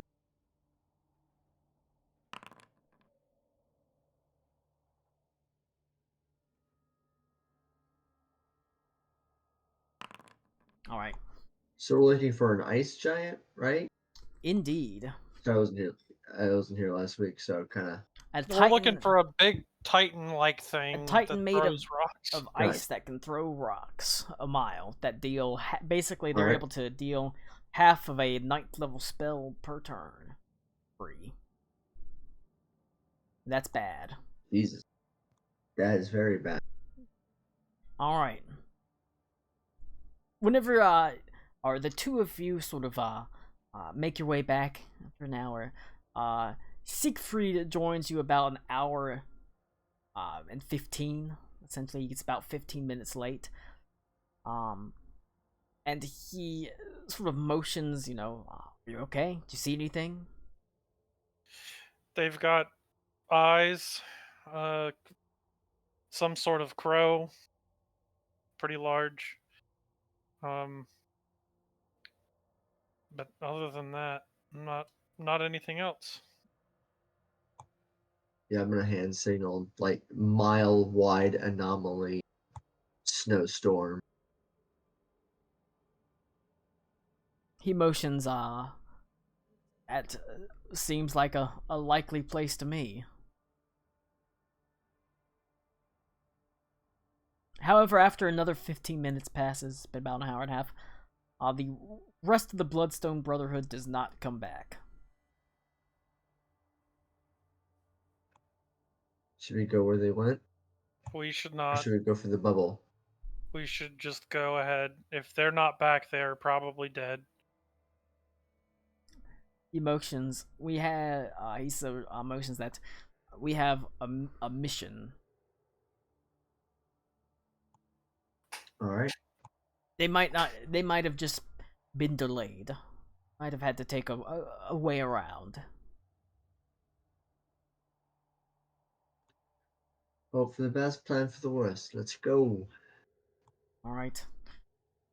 You make your way south to the anomaly.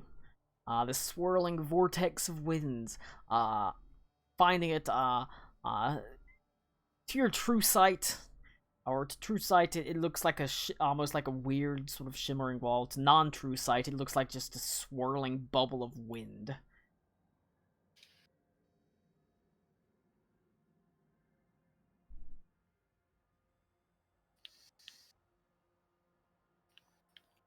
Yeah, I'm gonna approach it and put my hand up against it. Right. Once again, like I said, you press your hand into it and it is blown about. You can feel it ripping at the gloves on your hand, pulling at the bandages and the coverings on it. 120 miles per hour? This close, it's actually quite loud, obviously.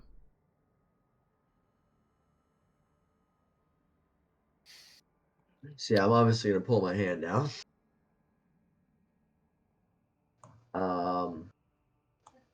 Any ideas on how to cross?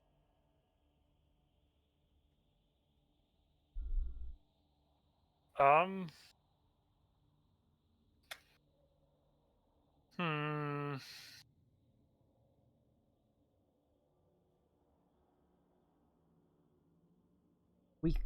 We could well, we have rope and things like that, so we could anchor a rope out here to something stable and tie one around ourselves and just try to walk through, and we get pushed around. Maybe we can pull ourselves back, or someone can pull us back if someone stays on the outside.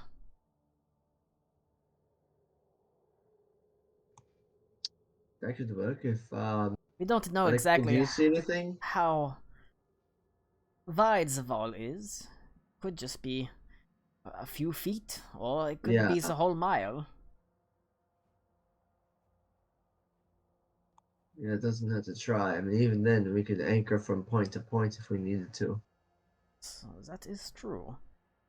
There's bound to be trees in there. I don't see any, but Trees? I imagine that the visibility is quite close to zero. You say? I know trees. No. Well, that's Can fine I with can I me. see? Can I see the center?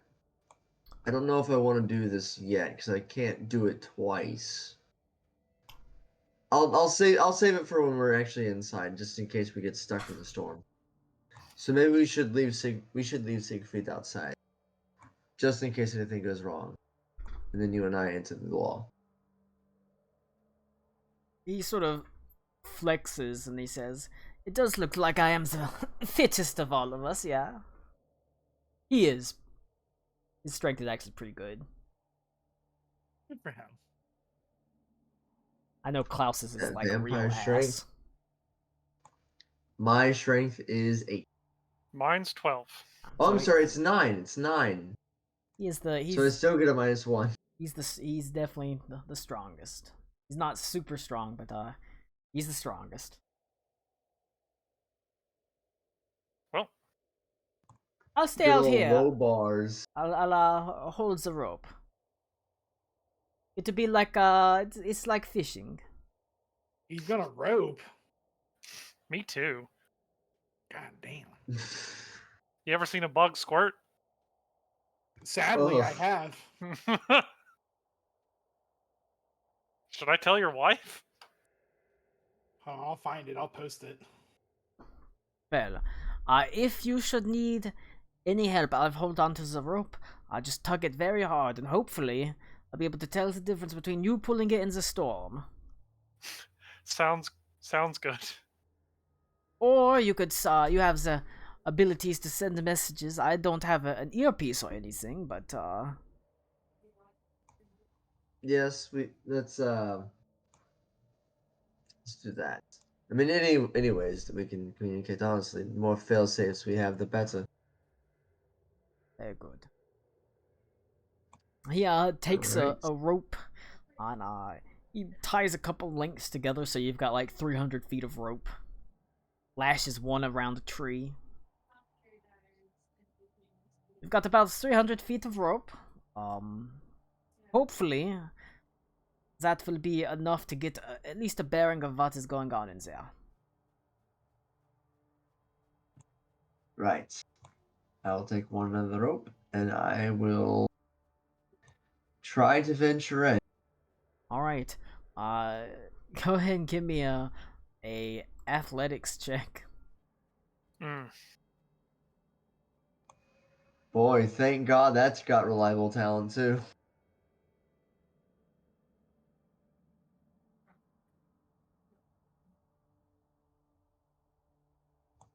Athletic. Hey! Oh, it's your Hmm. boy, Skinny Klaus. Using the crits on the your boy. athletics check, Uh, walking into a storm. Skinny Pete.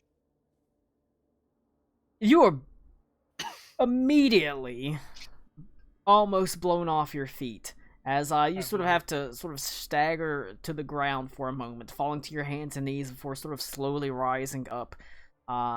It's almost painful. Just how the ice crystals in the snow buffet you, and it picks up little twigs and rocks, and they sort of plink into you. It is also incredibly bitterly cold.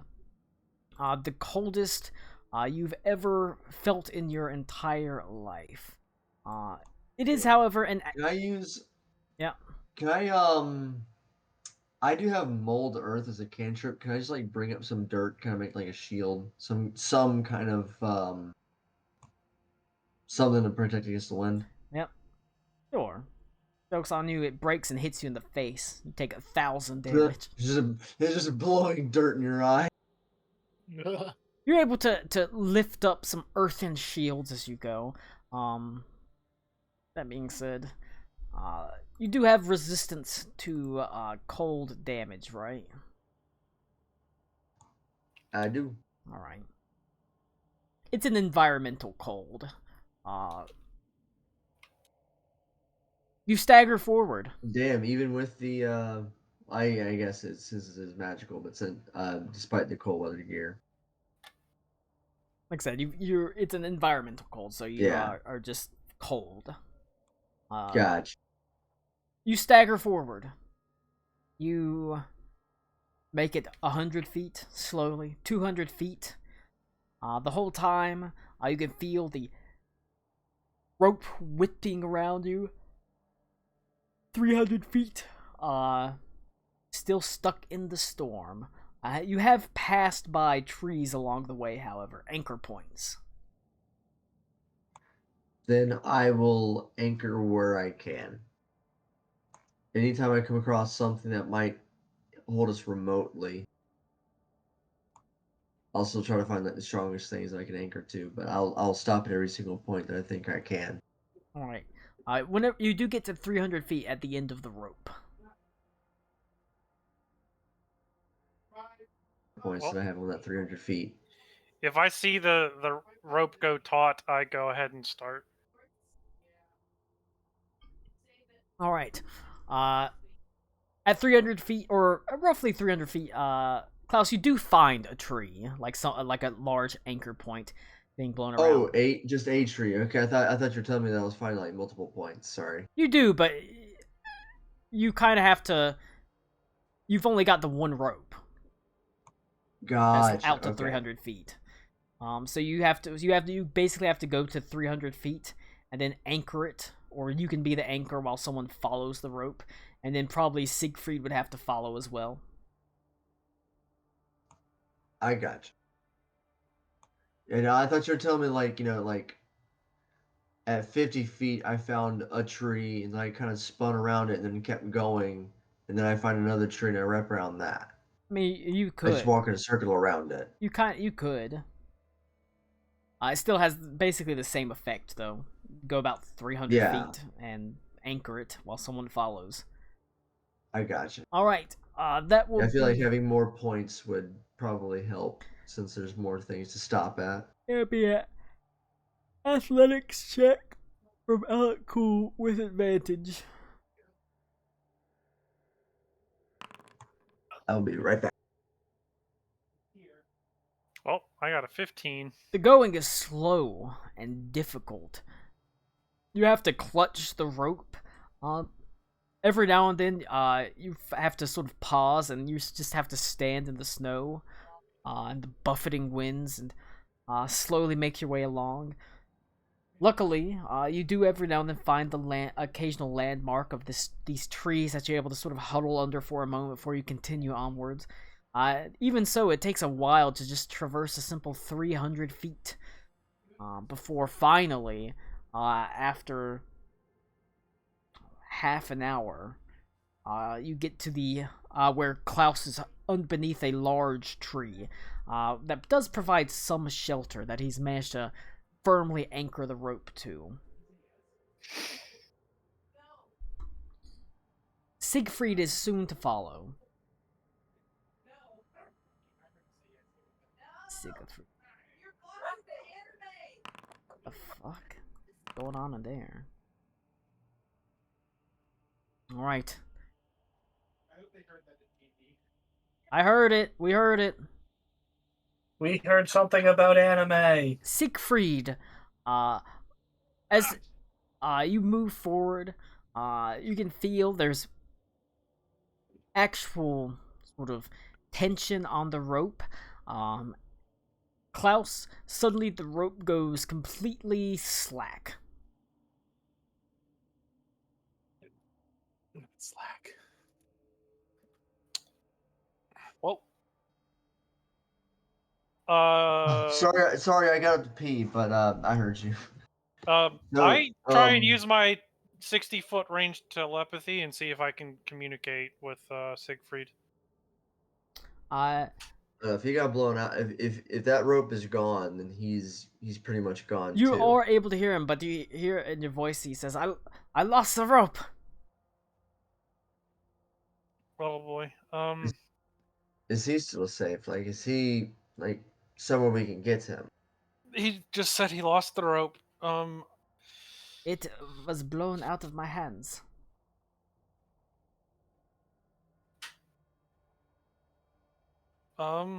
Shit. You have true sight, correct? Yeah, we still have one end of it too. You do have one end of it. Yes. You should go ahead because you have the true sight, and you should be able to pick him out in the storm. Because I probably won't be able to. All right, so I'm going to I guess further anchor the point that I have, and then I'll try and bring the rope in, the rest of the rope, and I'm gonna tie that into myself. All right. You anchor the rope. You anchor to the one tree, then you sort of wrap the rope around your own waist. You know the general direction of where you came from, and you know he has to be in that direction. And you Yeah. know he's within 60 feet. And so you sort of slowly begin making your way forward. Go ahead and give me the old perception check. Good old perception check. Classic perception check. Never failed me before.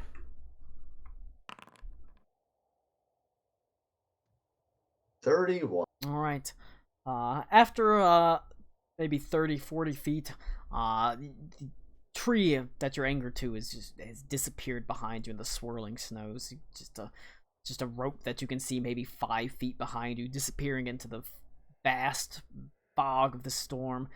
You can just make out a faint silhouette, sort of crouched down in the snow, sort of slowly crawling forward. As you do see Siegfried, slowly making his way. He was still going generally in the direction of the tree, although he got off. If he had kept going forward, he would have missed it. But you're able to sort of go to him, lift him up.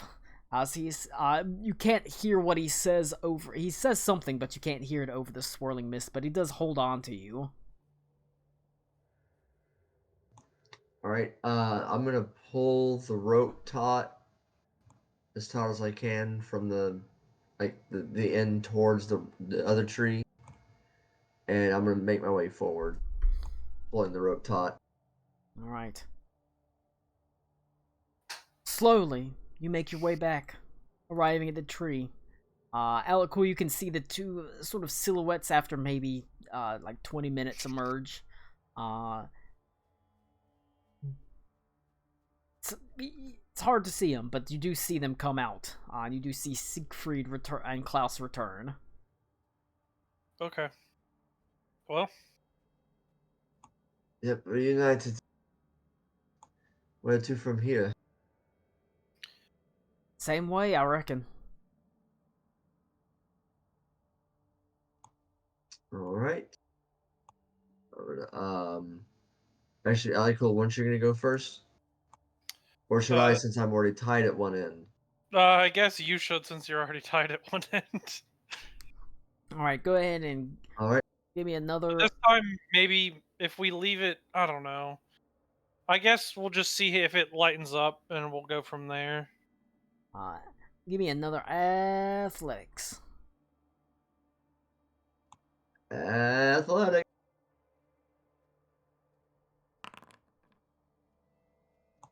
That is a 20. Alright. Dirty 20. Alright, you are able to, you move forward, like I said, buffeted, and you can feel the rope sort of slowly moving behind you. After about 200 feet, you step out onto the other side of this swirling wall. You can just make out the lights with your true sight of the other edge of the wall. So it's about a 500-foot thick storm, or sphere of storms. Stepping out on the other side or popping your hand through, you feel, you see it's much calmer. It's snowing still, pretty heavily, but it's no longer awful winds. It's no longer impossible to see.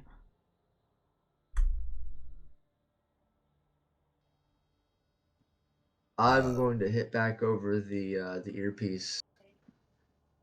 Alicool, I found the other side. It's not far from the tree.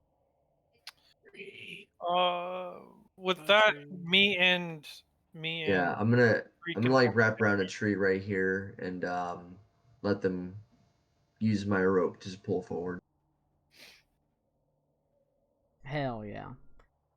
It's only about 200 feet. It's not too bad. It actually seems to lessen up quite a bit as you make your way forward.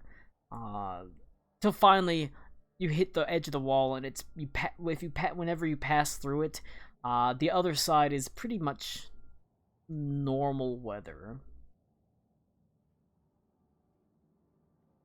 as normal as can be expected, at least. Yeah. Fair. Thank goodness. Yeah, as fingernails gonna blow away there. Well, if this isn't the right place, then this is also probably still going to be an issue. Well, what else? Well, what's this up ahead of us? What else would they be hiding in a mile-long dome of storms? Hopefully nothing. The pawn collection. Well, So guess- what is this this thing in the middle? Like, can I make a? Am I close enough to be able to see this? or You is this, walk like, a check? forward maybe another 1,000-ish feet through the snows, and you do see there is what appears to be like a divot in the ground between hills, where there are hills that sort of rise up, almost like in a little valley. However, you can just make out a head that is sticking out of this valley, that is made of like black ice. It has horns and glowing eyes. It's you know, you haven't seen one of these ice titans, but looking at this thing, you can't imagine that anything else qualifies, as it is a 100. Even though it's squatted down, and whenever it fully stands up, it would be 150-ish feet tall. Jesus, it's a big boy. It is indeed. However, it is also quite heavily guarded. Not only are the storms protecting it, it does seem that there are sentries overseeing it. On the nearby hillside, there are several large, like wildfires almost, lit from beacons. And around them stands these Raiders of Black Everfrost that are armed with bows. They look different from they are. They look like that. Ooh. And there are a couple of the hulking Knights of Black Rime as well.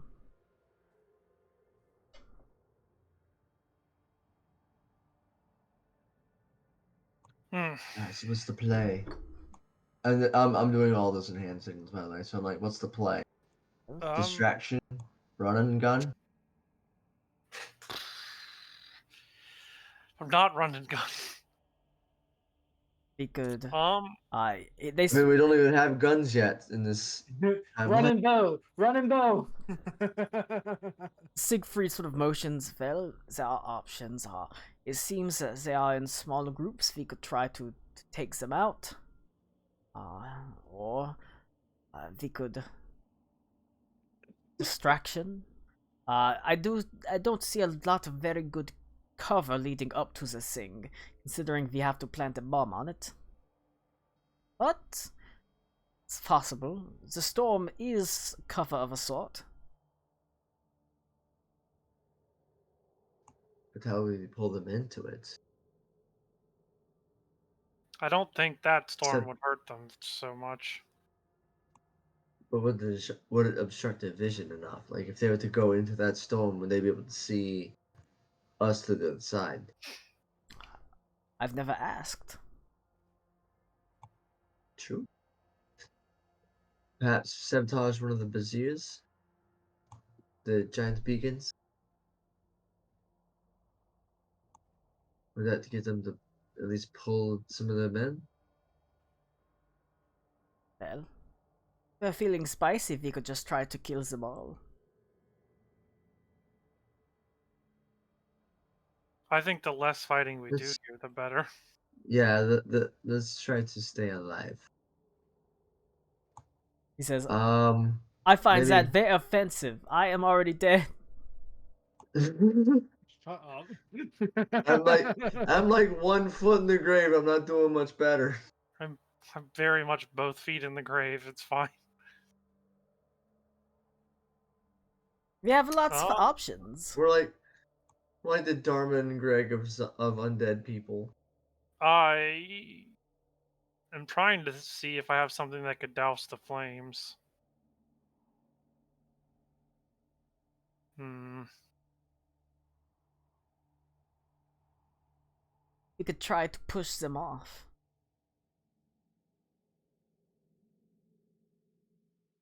Push the flames off? No. Push them off, tumble them over the edge. Oh, the guys on the cliff? We could.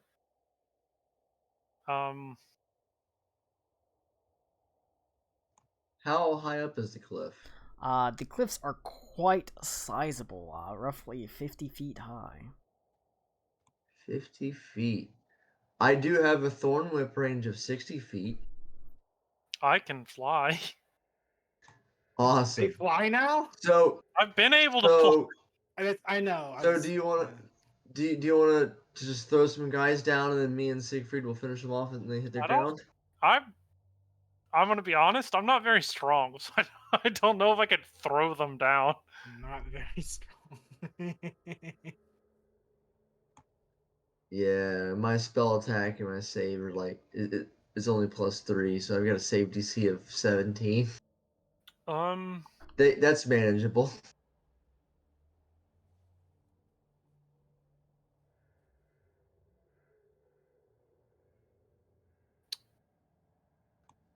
At the end of the day, I have reliable talent with athletics, so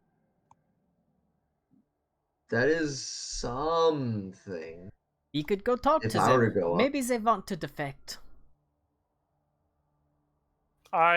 Sure, let me get my pamphlet. Hmm. Revolutionaries and you. So I'm trying to see if the fucking ring would help me redo my spells into something that could douse flames.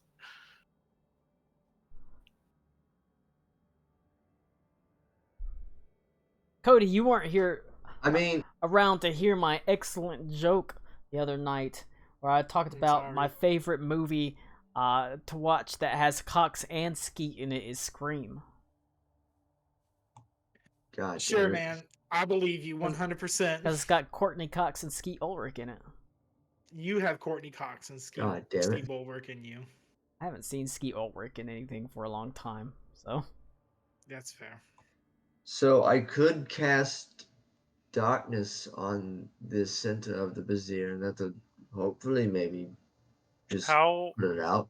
far away is the or how far of a range is your darkness? It's so hard to not just go so 60 far feet. away.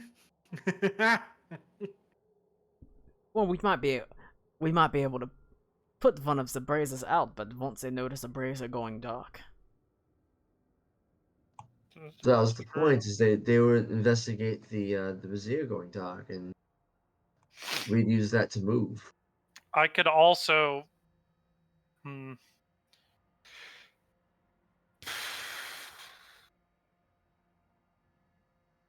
I could summon a beast. At maybe at the one near the brazier, and then maybe go up and distract the ones up near the brazier closest to us, and then you two can try and get the bomb planted.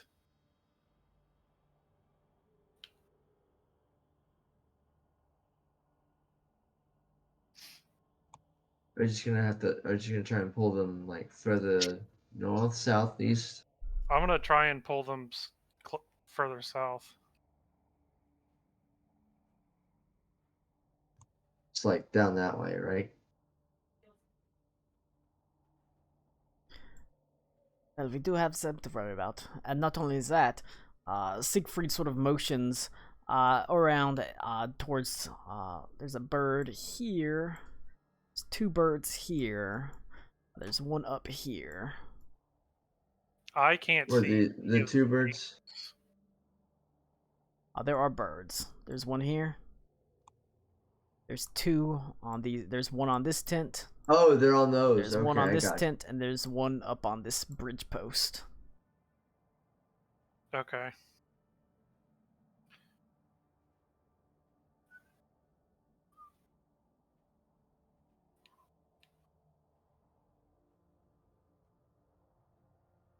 Hmm. Well, Maybe this is the play. Okay, so hang on. So how far can you summon that beast? Like what was the furthest way you could it's a 90-foot range. 90-foot range? They could probably put it up on top of the cliff. Okay, so if I put the brazier out with darkness, and then you summon the beast up on the cliff and have it run away as if it was responsible for darkening the brazier, they might chase it. Colin, have I seen what the crow creatures like do when if they're alerting? Uh, not really, but it does. You haven't seen what they do when they alert, but you have seen how they communicate. With caws and what appears to be almost like little dances in the snow. It's probably pretty similar like that. Maybe a little bit more emphatic. You'd probably know when if you were seen though. You'd probably know if you were seen by one of them. They'd be a pretty big cause. Could I wild shape into one? They are beasts, so. Or is there a limit to the My CR wild rating? shape is crap, though, is the issue. Because say- I don't think I can be flying. Because these crows are technically challenge rating 4. Big oof. Yeah, I don't even think you can fly until like level 8 at the Yeah, earliest. I don't think I can. I might be able to summon my beast with it, though. Because they're stronger than the average crow by a significant margin. Alacool's stronger than the average bear. I mean, you saw how He's fast an your ant. little bitch brown bear got dealt with.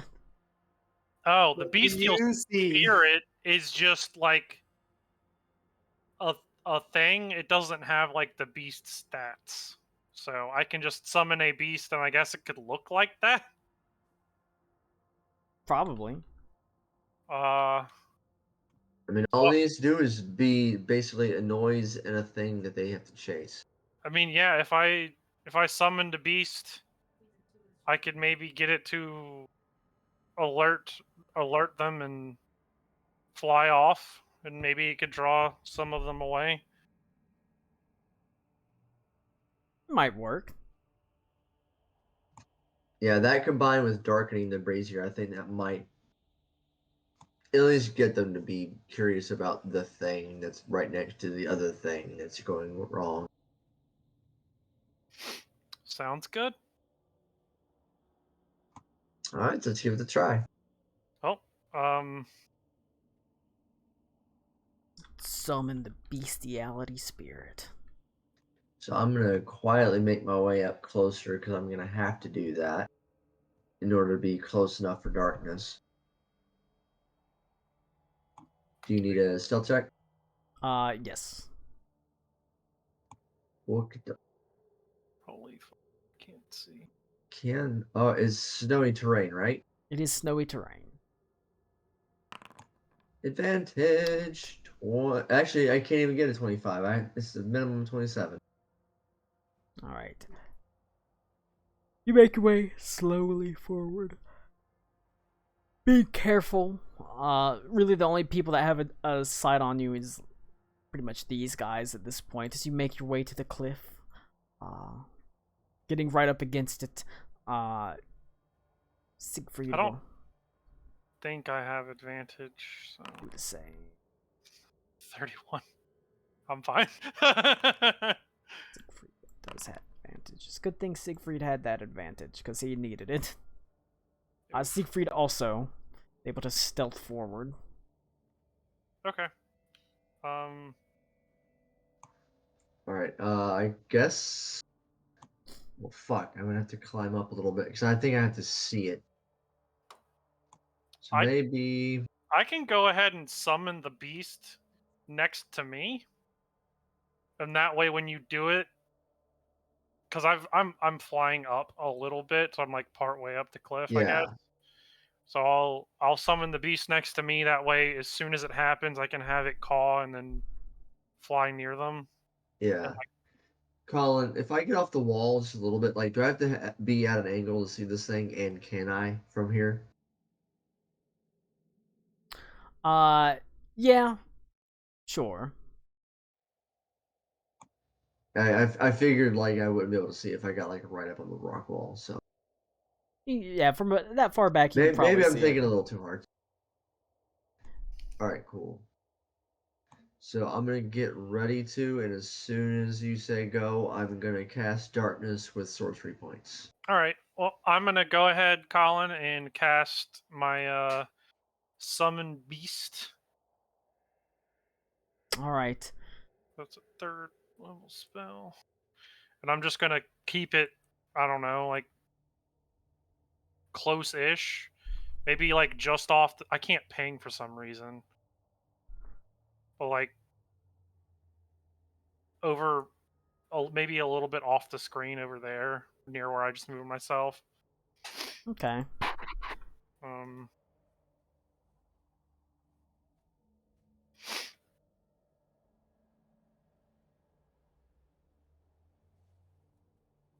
It's you form the beast as slowly it sort of comes into form off the side. It begins sort of you're going for the crow, yeah, kind of look. I'm gonna make it look like one of their crows. All right. It looks roughly like it. I mean, it looks mostly just like a big crow. You've seen crows before. You've seen these creatures before. How much different can it be? As it sort of hops around on the ground and makes cawing noises. At the same time, Klaus, you go and you are able to cast darkness over the brazier, and it quickly sort of snuffs out, or at least covers up, as you don't really hear anything, however. But these two, you can make out walking along the ridgeline. These two archers sort of slowly make their way down here.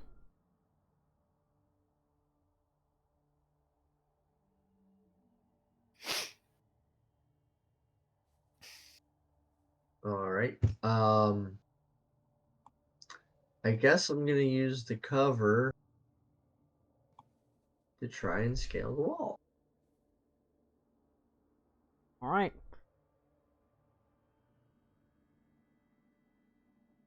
It's a slow, steady climb. I'm not gonna make you roll an athletics check, although I probably should, but less of a time constraint now that they've sort of walked off. Yeah. You do find that the brazier is fully covered by your darkness, as well as these two actual archers have walked off, trying to see after this strange, different bird. It's not quite like theirs. It has caught their attention. Similar, but not quite. Something seems off with it. But it's enough to draw them away. Colin, if I have control over it, I want it to like fly into the big blizzard, and then I'm gonna pop it and make it disappear. All right. It'll do that. You don't see it happen, but I mean, yeah, at that point, it's pretty significantly far away. it takes off flying in that direction. At the very least, it drives them a fair distance away. Enough that you've got a little time, at least up here in this little area.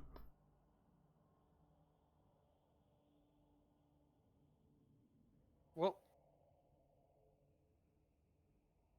I My way up, I'm gonna take another look and see. was like, go ahead and give me a perception check.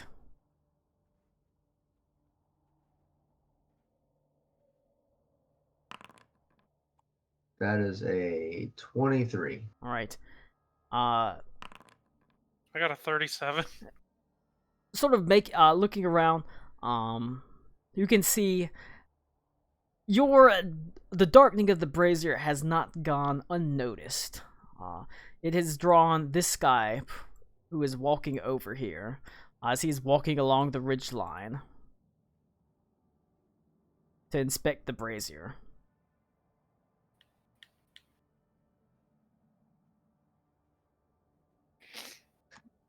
Do we want to try to fuck him up? Is this going to? Do you have the Can bomb? we do it? I believe I have the bomb. Yeah, I have the bomb, right? Yeah. Okay. Okay. It's like, oh shit, we left it at home. Well, It's time in to my kill other everybody. hand. I telepathically, I guess, to you and Siegfried, we could try sneaking down from here in the area of the darkness and get just below him and get to like near the head of the thing. Yeah. All right, I guess that makes sense. Or if we want to like if we ever need to like really balls to the wallet, you can give me the bomb and I can fly it near the top and try and turn it on. I mean, you could just like hop on it and then hop back after you got, because we need to go like for the midsection. You can probably land on his back, right? Probably. Yeah, What's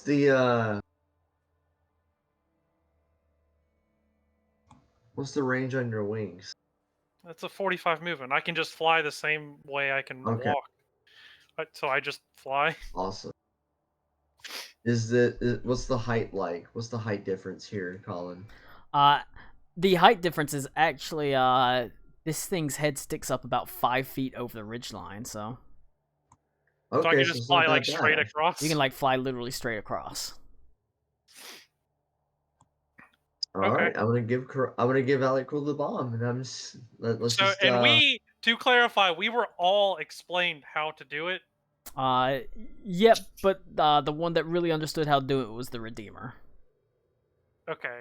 You got anything to say, Al? Anything to add? Hold on. The Redeemer will try to will take a moment to try to explain it to you. I can also be within 60 feet of you, ish. Well, from you. Yeah, if you move down the cliff, I can be within 60 feet of you, like just on Raider's the. on the ledge, so Then yeah, like I that'll can. do. Yeah. So and then.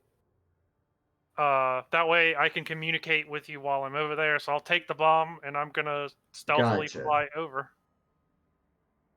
Alright. So- Should I stealth for that guy? Yeah. Stealth checks all Okay. around once again. Okay, I can only move Alrighty. 45 feet, so that's where I can get. 29. Alright. Stealthy rolls Oh, from I Siegfried as do well. have advantage on stealth. 35. Alright. You I've got like an armor that gives me advantage in icy terrain. you do manage to make your way to there. You like I said, it's not an easy flight. It's not hurricane force winds, but it's still windy. It's still snowy. You make your way forward through there. As Klaus, you're climbing down the cliff. You said.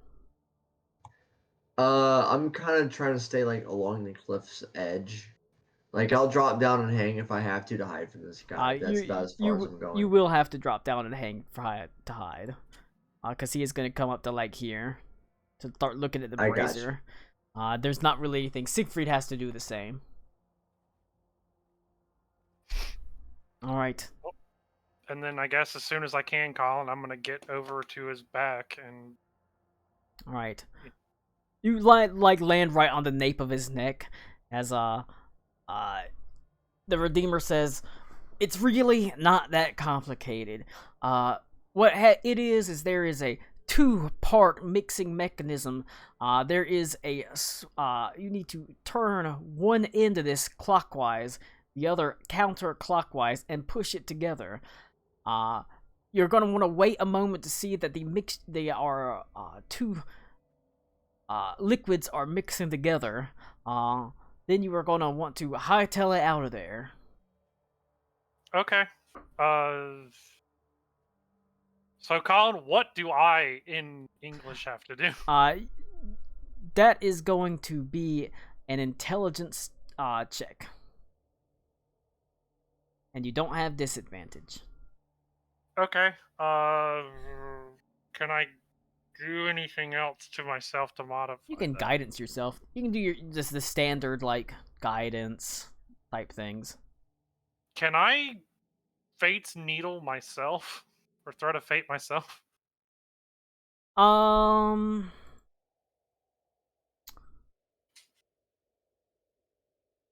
Technically, I mean,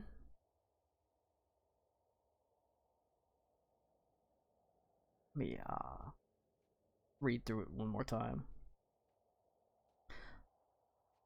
Yeah, it will lose up. It will use up one of them. You won't get that back, but you got 6 of them, so you'd only have 5 left. Okay. So I'll Thread of Fate and Guidance myself. So I'll have advantage, and it's just an flat intelligence It's a check. flat correct? intelligence. All right. Well.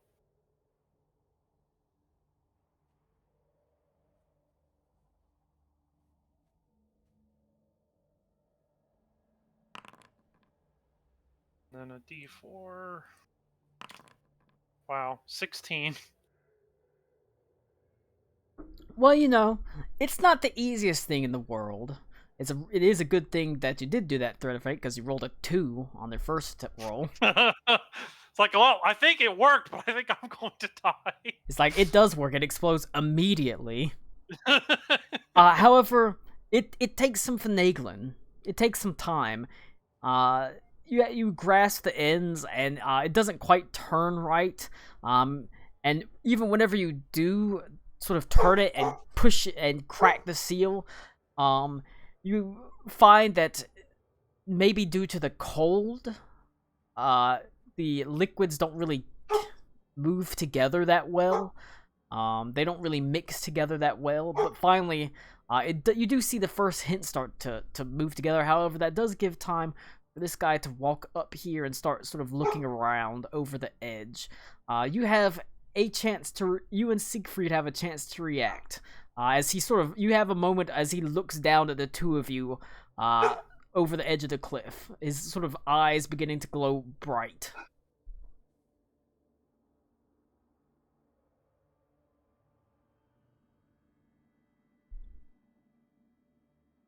What do you do, Klaus?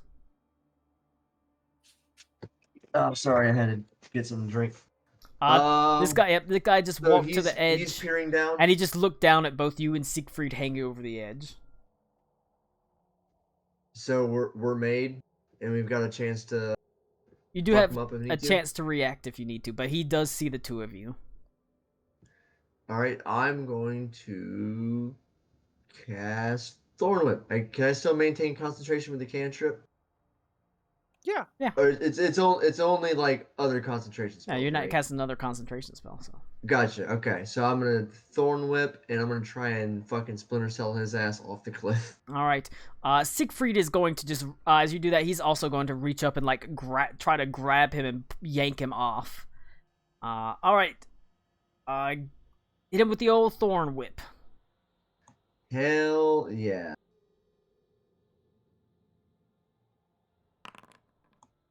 $26.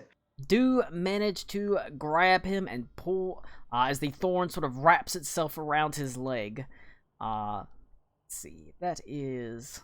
I was trying to go for like around the back of his neck and just like barrel or just overthrow him. All right. At the same time, Siegfried like reaches up and like grabs his belt, and he's going to try to yank him down as well to help you out, essentially. Yeah. All right. Siegfried reaches up and grabs by the belt as the thorn whip sort of wraps around his neck, and he tumbles over the edge and lands with a heavy thud. It knocks the wind out of him as he just sort of lays there at the bottom of the cliff, sort of moving around, slowly trying to get to his feet. Siegfried sort of turns to you and said, I think it's time to leave. Croc, what time to go? Alec was like, yes, it's time to fucking go. Leave. Oh. It's mixing Wrong. now. Yeah, wrong. Yeah, wrong Run, character. run, My run. bad. All right. You're Run, run, run, run, run. Run, I'm run, gonna run. get up. Oh, never mind. call it. I fly up and at an angle. Probably a good idea. Siegfried uses his climbing speed to basically climb straight down the fucking vertical wall and take off running. Probably a great move, honestly. Yeah, I'm gonna. Do you need like athletics or acrobatics for me while I try and Zoidberg out of here? No. The problem is if you're Zoidberg out of here, all of you attract attention. You're not stealthing away. You're not moving away slowly. You're sprinting away. Oh, I thought we There's still sentries. Yeah, we're gonna be going to. Yeah, we're gonna be going to the there's still storm, all that's it. these guards. Chances are they're not gonna have a good chance to do much to get after you. But Gotcha. you do gather their attention. As they sort of eye you. They're just gonna have basically they're gonna fire off one shot at each of you, one arrow. So they're gonna like try to take some plink shots at you. That's about all they're gonna get is the one attack. All right, let's do it. Attack number 1 against Siegfried is a 21. The one attack that they'll get against Klaus is gonna be a 25. The one attack that they'll get against Alec Cool is critical miss. So Hell yeah. Damn, you said it was a 25. 25. Yeah, I can't even fucking shield that. Oof. Hit me. All right. 60 points of damage. Klaus, you take 19 points of damage. And Siegfried takes 13. Alec Cool, the arrow does fly like over your head and disappears behind you. As you all sprint away, they don't really have time to collect or really chase after you, as there's just confusion in the camp. And then there is not quite what you would expect. You initially expect there's going to be a huge explosion or some sort of huge boom and a blast of heat.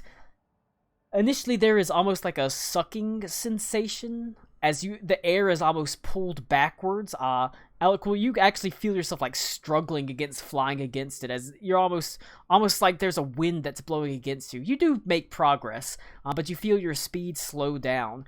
As then there is this terrible shockwave that buffets outwards, sort of pushing all of you forward as the bomb basically pulls in all the air and explodes. A burst of heat washes over you, sending snow flying off the nearby trees, sending several trees down, sort of crashing down, as each of you is propelled like 100 feet forward, just plummeting through the snow. As you land, the actual storm sphere dissipates, as this area is just devastated, leaving little more than a huge crater. As, Well, that was one way to fucking That was deal with yeah. it. That's a great test. I mean, I think Nipsey made a great bomb. I should have had her on my side. That's not true. He didn't want to kill everybody. Well, damn. I mean, yeah. There's no bodies left. There's no bodies left for you, Hal. Jesus. What's left to resurrect? Damn. Alright. Now we just gotta get back.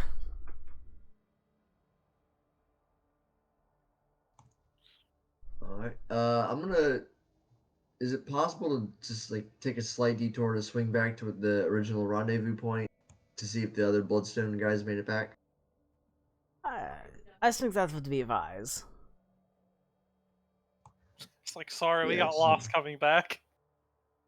I mean, you never know. Maybe they did, but if we don't see them, they might have been in the crater, or they might have not even made it to the crater. Possible. So either way, You don't know how stealthy they were or weren't. Alas, returning to the rendezvous point, you do not find them there. Oh well. drink to that memory tonight. In the meantime, we need to head back. I don't even remember their names. I don't even know if I was introduced. So yeah, no, I think I'm in the same boat. I don't care. As long as we win the war. Their sacrifice will not be Yes. in vain. Or maybe it will be, but if it is, I'll be dead. Yep. We'll be That was actually. our events here. Alright. 7, 8, 9, 10, 11, Make your way back 8, 9, away from it. 12. From the crater, making your way back towards the pass. Now, at the pass,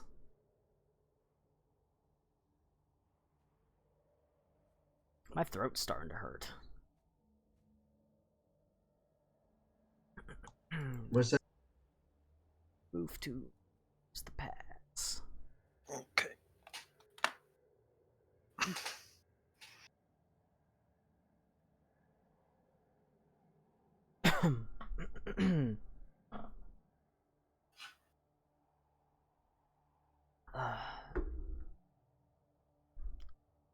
Look at all these fun maps I made. My throat is starting to go out though. It's weird. I usually talk more than this. Maybe it's from yelling at the damn kid all day. Maybe, yeah. It Or deserves maybe it. it's just being Fucking around the kid. shits. You're getting strep. They do spread the fucking disease. All They right. do absolutely, and there's a throat COVID going around. So Yeah, I got the throat COVID, all right. Dude, I'm not kidding when I say that me and Laura got sick for like 2 months straight, bouncing it back and forth from each other. I'm not kidding. oh Jesus Christ, that sounds Yeah, like miserable. I got sick from work, and I finally started feeling better than she got sick, and then she finally started feeling better than I got sick, and then I finally started feeling better than she got sick, and it was just Haven't y'all ever non-fucking heard of stop. Lysol? Dude? It was more than that, you idiot. I know. But like, holy I'm being shit. an asshole. Yeah, No, that like Laura sucks. went to like the third or fourth time this happened, Laura got fed up and she went to the urgent care and she got there right before they opened. There was already a huge line. So the line was Of already course. like she already had like a 2-3 hour wait. She waited there and then she finally got in to see the doctor, and the doctor said, you don't need an antibiotic.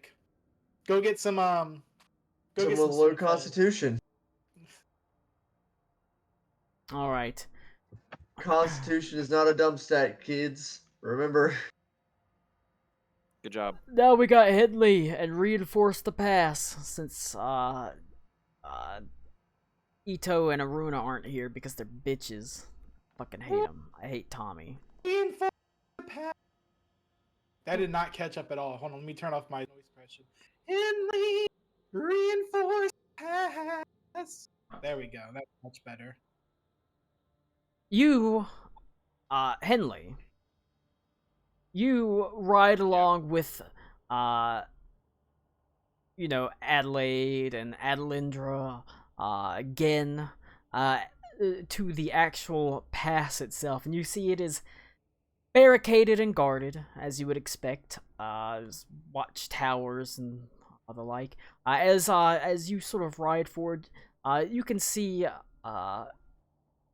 Adelaide's hands gripping the reins, kind of trembling a little bit, as she passes by soldiers standing at attention. She looks down at them and sort of nods. She has a sort of blank, nervous look on her face. there is a small, like, there are tents and things like that off to the side here. As Adelindra sort of dismounts and walks into the command tent with sort of motioning for you to come in. The command tent itself is cold, sparse, sad in its own way.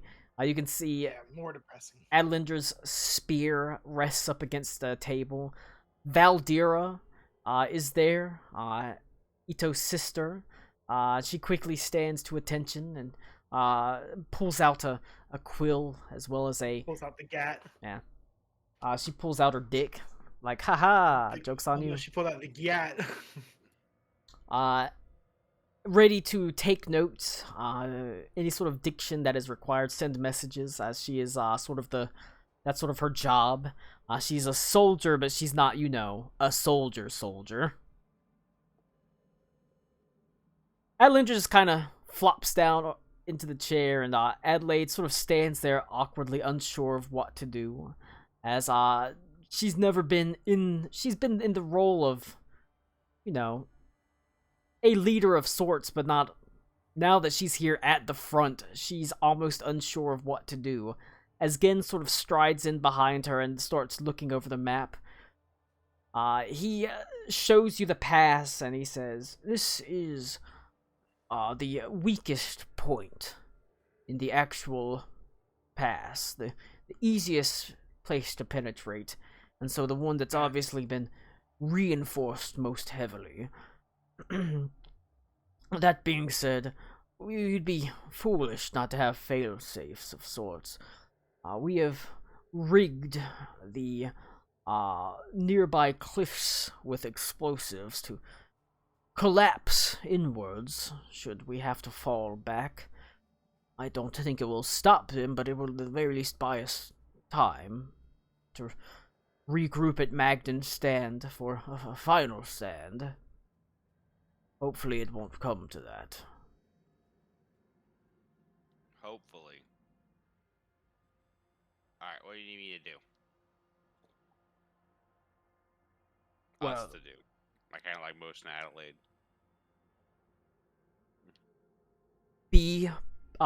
Adelindra says, "Be present. These people Ah, this is easy then. I just kind of sit down. are ready to, I don't know, break at a moment's notice should things go wrong. They're not all soldiers. They're farmers and hunters. People been thrown into a war they certainly didn't expect and certainly wouldn't hope for. You are the Holy Emperor, a divine being, by legend. You being here is something." And Is then that to me or to Adelaide? she's saying that to Adelaide. You aren't. Okay, You're I was you're okay, holy. I'm a hunter. You're holy by association. Nah, I'm just a hunter. She said it. You're lucky. You got that contact holy. Oh my god, it's an STD? Yeah. However, Aren't I an actual god? Aren't I, like, technically more holy than she is? not according to them. Damn. Well, I mean, they could be wrong. Damn. Are you gonna go So to all hang on. Did you all catch 100,000 hepatitis troops? in the Holy See? What'd you say, Colin? Are you gonna go to all 100,000 troops and be like, "I'm the holy one. Fuck her." Yes. Do it. Do I've it. I've got hepatitis in the Holy See. You are She'd be really mad if I did that, if I'm being honest with you. you are Yeah, she could be mad. a figurehead, something that the people believe in, that they want to believe in. It does a world of good just to have you here. And should you have to take up arms, well, we will obviously defend you as best as we can. But I'm her husband. I forgot what his name was again.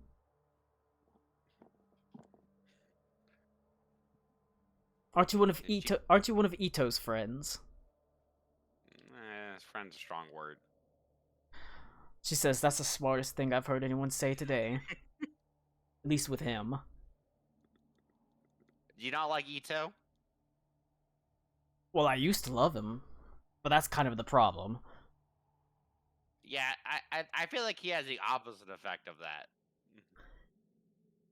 Anyways, just, show your face. That's the big thing. I kind of look at Adelaide and go, "You can do that. You can fight too, but you can show your face." Adelaide sort of nods. She says, I think I can do that. I tell her, "Don't show your ass though. You're good at that metaphorically and physically." Unfortunately, I got married, so I suppose my ass is only for one person. For now, at least. It is till death do us part, right? Well, maybe you won't have to wait very long. Hey, you almost didn't have to wait at all. I could have killed myself a little while ago. I mean, you could kill yourself right now. That defeats the point. I told Uller I wouldn't. Well, even so, she is going to, she, nods her head, and, Adelaide does seem a little bit calmer now, as she was sort of, once Adelindra and Gen leave, and you're left in the tent alone, there are, like, some mild refreshments brought, hard cheeses, some smoked meats, a little bit of wine. She sort of says, I was, honestly expecting something a little bit more. From the two of us? I mean, I just thought, I was worried that I'd be expected to do more, really. I mean, just walk around and then talk and show my face. It's pretty straightforward. I know I was worried I'd have to fight, and then I'd fuck everything up and I'd get people killed. I don't see how you can fuck up fighting in a war. I mean, you're only one person. I don't know. I saw a video of a mentally handicapped woman with boxing gloves, and she was having like tremors, and she swung at the mitts, and she spun around and fell on the ground, and it was pretty funny, and I laughed, and I'm going to hell. What's a video? Oh, hold on. She pulls out her phone. Ooh. What is this? I take it from her. I start trying to play with like a kid. Ooh, tablet. Oh shit! You got games on that? What level are you in Clash of Clans? All Oh right. shit! Can I look at your Farmville? She is going to, she sort of holds out her arm and says, well, shall we make some appearances then? Am I supposed to make appearances with you? I don't know how this works. You're the Holy Emperor, after all. But no, you're the Holy Emperor. I I'm am just that. I assume I'm your side piece. You're the Holy Emperor's consort. That doesn't make me sound very important. You give me that good dickin'. You get it's like a fur coat down there. I don't like any of this. But no, it'll be good. It would help me out to have you close. Alright, as long as you're sure it's allowed. I mean, Then I'm won't the demoralize goddamn them. Holy Emperor. I'm the one that gets to make these rules. Who the hell do you think you are? I am.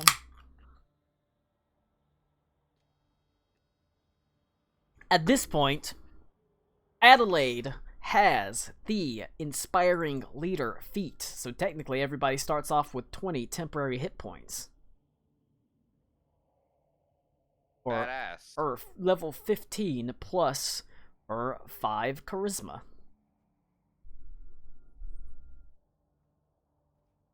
You make your way around the camp, greeting people. There is a sense of awe. Looking at Adelaide. After you greet the first people, Adelaide's been walking around, she's in armor, but she's pretty sort of dressed down. Gen sort of walks up and says, and puts the crown of nails on her head, gives her the sword. Ceremony. It's ceremony. I go, know. wait, there aren't any people from Shendo here, right? Because they'll find that offensive. We have soldiers from Bayaz, but not as far as I know from Shendo. All right, but this might piss someone off. That's the last thing and she doesn't want to demoralize anybody. Ceremony. It's all about pomp. It's all about ceremony. These symbols of station are one of the things that make her larger than life. But is that what she needs right now? It's Maybe she's better off being her. Maybe it will make them feel better knowing that someone like them is among them, not someone who is above them because it's dictated that be that way. Should they be equals on the battlefield, not above them? All of these men have watched their equals trampled and killed underfoot over the past months. Yeah, but all these men are also expecting their equals to be beside them and help and lead them to victory. I disagree. They want something bigger than them beside them, leading them to victory.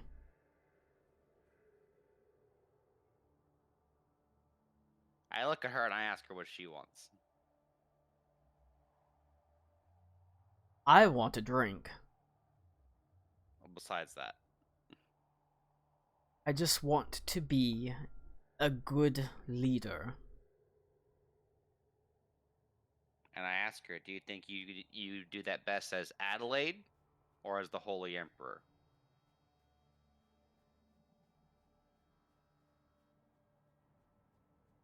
She sort of looks at you and she looks again and she says, I feel like whenever I'm talking to you or speaking to these people, talking to them, having a conversation, it's better as Adelaide. But when I'm walking around, just when they can see me,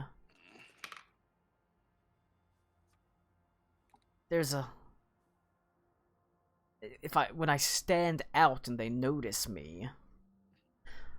Plus, I don't know if I want to be noticed out here on this battlefield. Good way to draw arrows. I agree.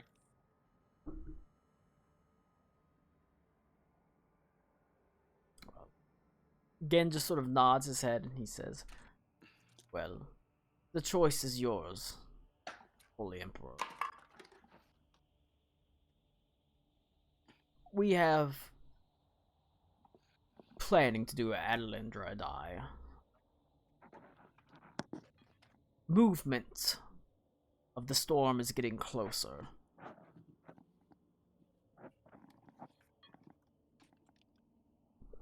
Alright. I don't guess Henley wants to make a charisma check. How do you know? Oh boy. His charisma's ass. Those are the best. He's the best at those. How's your persuasion? A -1. That's not that bad. You're right, it's not that bad. Still have advantage as a normal check. It's just a normal check. A 14. That's not terrible for me. I think the crown is a little bit excessive. Like I said, it's your decision. The sword, it's probably good to keep around anyways, but the crown feels a little excessive, right? I feel like the sword makes you look strong. The crown makes you look pointy. I mean, yeah, that's for sure. You do have a very prickly disposition, but I'm not sure if the crown's what you need. I'm not that prickly.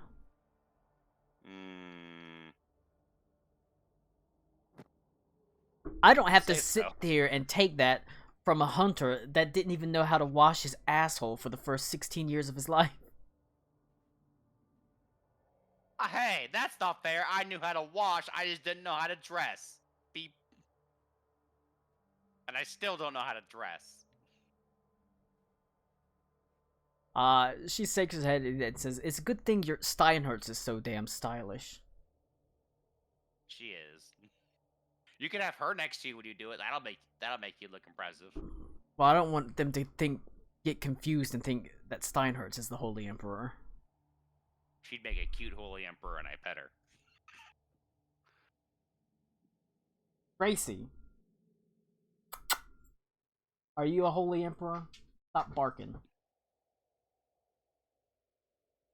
Very well. You go about the business. Your business. Talk to people. She shows her face. Has a couple drinks. She goes out of her way to sort of have some drinks with some people. Visits some tents. Visits the wounded. Does all the things you would expect a actual leader, to do when they visit the old front line.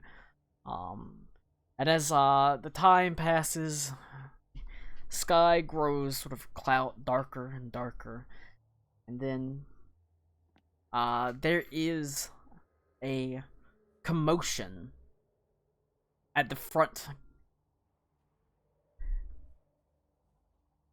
Shouts as of surprise mixed with fear as you emerge from a tent to look towards the actual pass, and you can see there is a wall of storm, a squall that is sort of slowly moving towards it, marching inexorably towards it. A force of nature.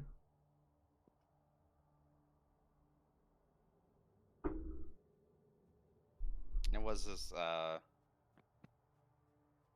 what it looked like?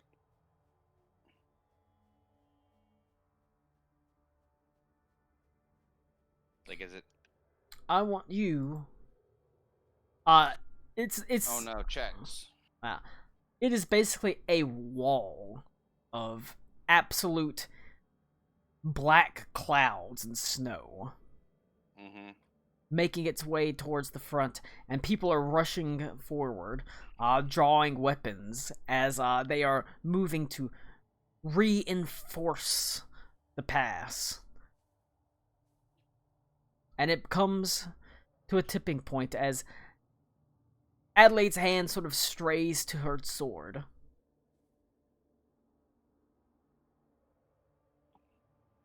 And she looks to you and she says, "I can't just stay out this fight forever." No, you can't. I agree. I'll be right next to you the whole time. Alright. She nods her head. Drawing her sword, she takes one tentative step, and her sort of hands tremble slightly, but she takes another step, and she walks towards the front. And I walk beside her. Alright. You soon find that Gen is up there, as well as Adelindra, as she is saddling her horse, riding with a rather meager procession of the hussars, as she is talking to Gen. As soon as the two of you approach, she sort of nods her head, and she says, "Holy Emperor." She turns to you and says, "My hussars are going to ride out, sortie out, and attack the flanks as best as we can. You'll hold at the front with Gen. He'll take care of you. After all this is done, He's a dragon. After all this is done, we'll share a nice drink together. You never forget your first major battle, and I suspect it is yours, isn't it? Not yours, obviously, Henley, but hers it kinda is." Yeah. And she sort of smiles, and she says, "Ito will be damn proud, that's for sure." I tell her, I don't know. Her putting up with Ito every day is kind of a battle. Alright. So Adelindra is going to take the hussars, and she wheels out, and she's actually gonna like go behind, but she's going out essentially.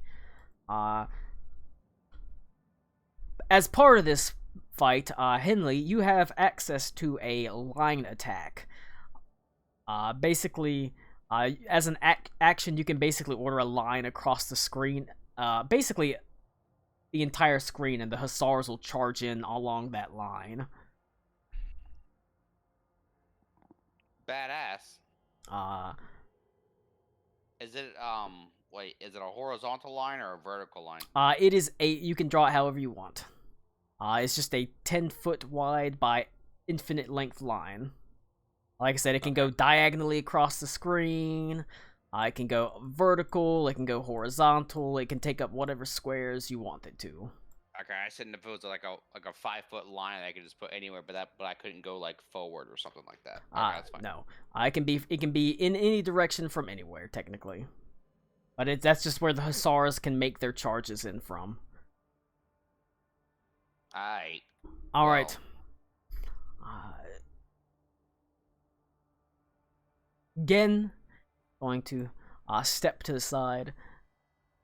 So, where would Henley and Adelaide want to be? You've got you've got the flank, and of course the center. I mean, I think she wants to be in the center, doesn't she? Center is the place to be right seen. next to her. The center is the place to be seen. It has been sort of caved inwards, so people can attack, from both sides. Stuff that gets pulled in can basically be attacked, You see how it is. They can attack like that, basically. They can attack inwards like that. It's been pushed in for a reason. But I mean, we'll be where she wants to be. All right. I told her what I would do. So you will have troops on flank. Troops on flank.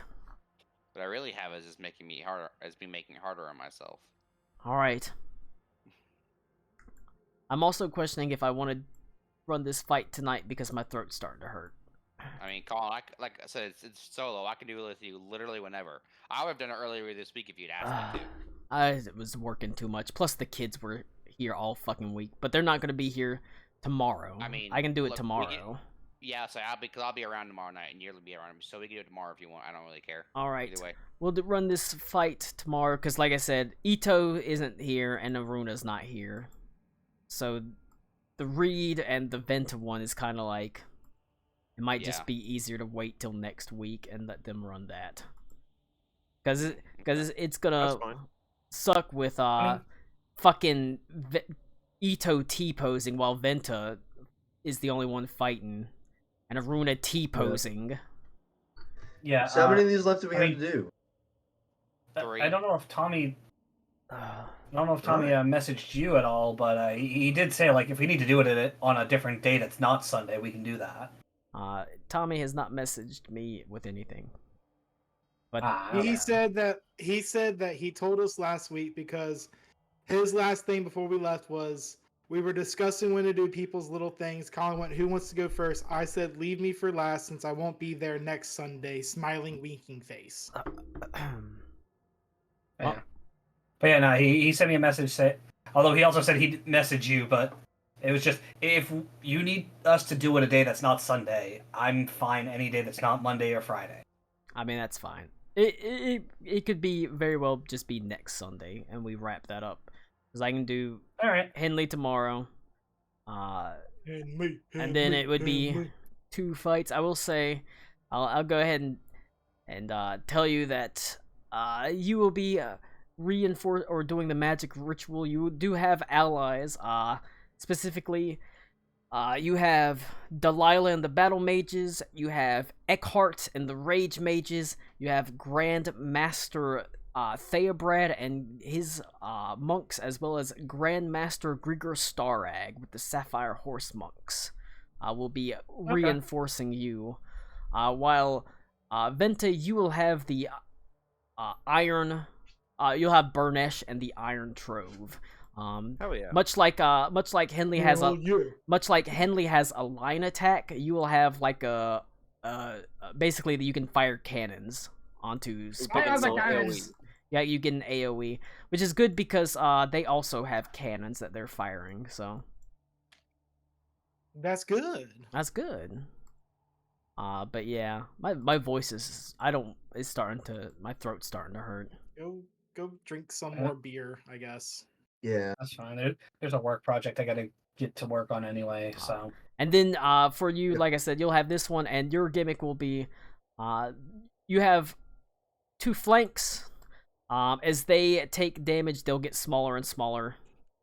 So they'll shrink in size and damage, and so it's possible that they can be broken and pushed back, and things can get around behind you from the flanks. Damn. I I mean, there's been thought put into it. I didn't just make the shit up. No, you did a good job. All right, but we'll finish up next week. But I might want to get on Dark Tide and see if there's any weapons, so we'll see.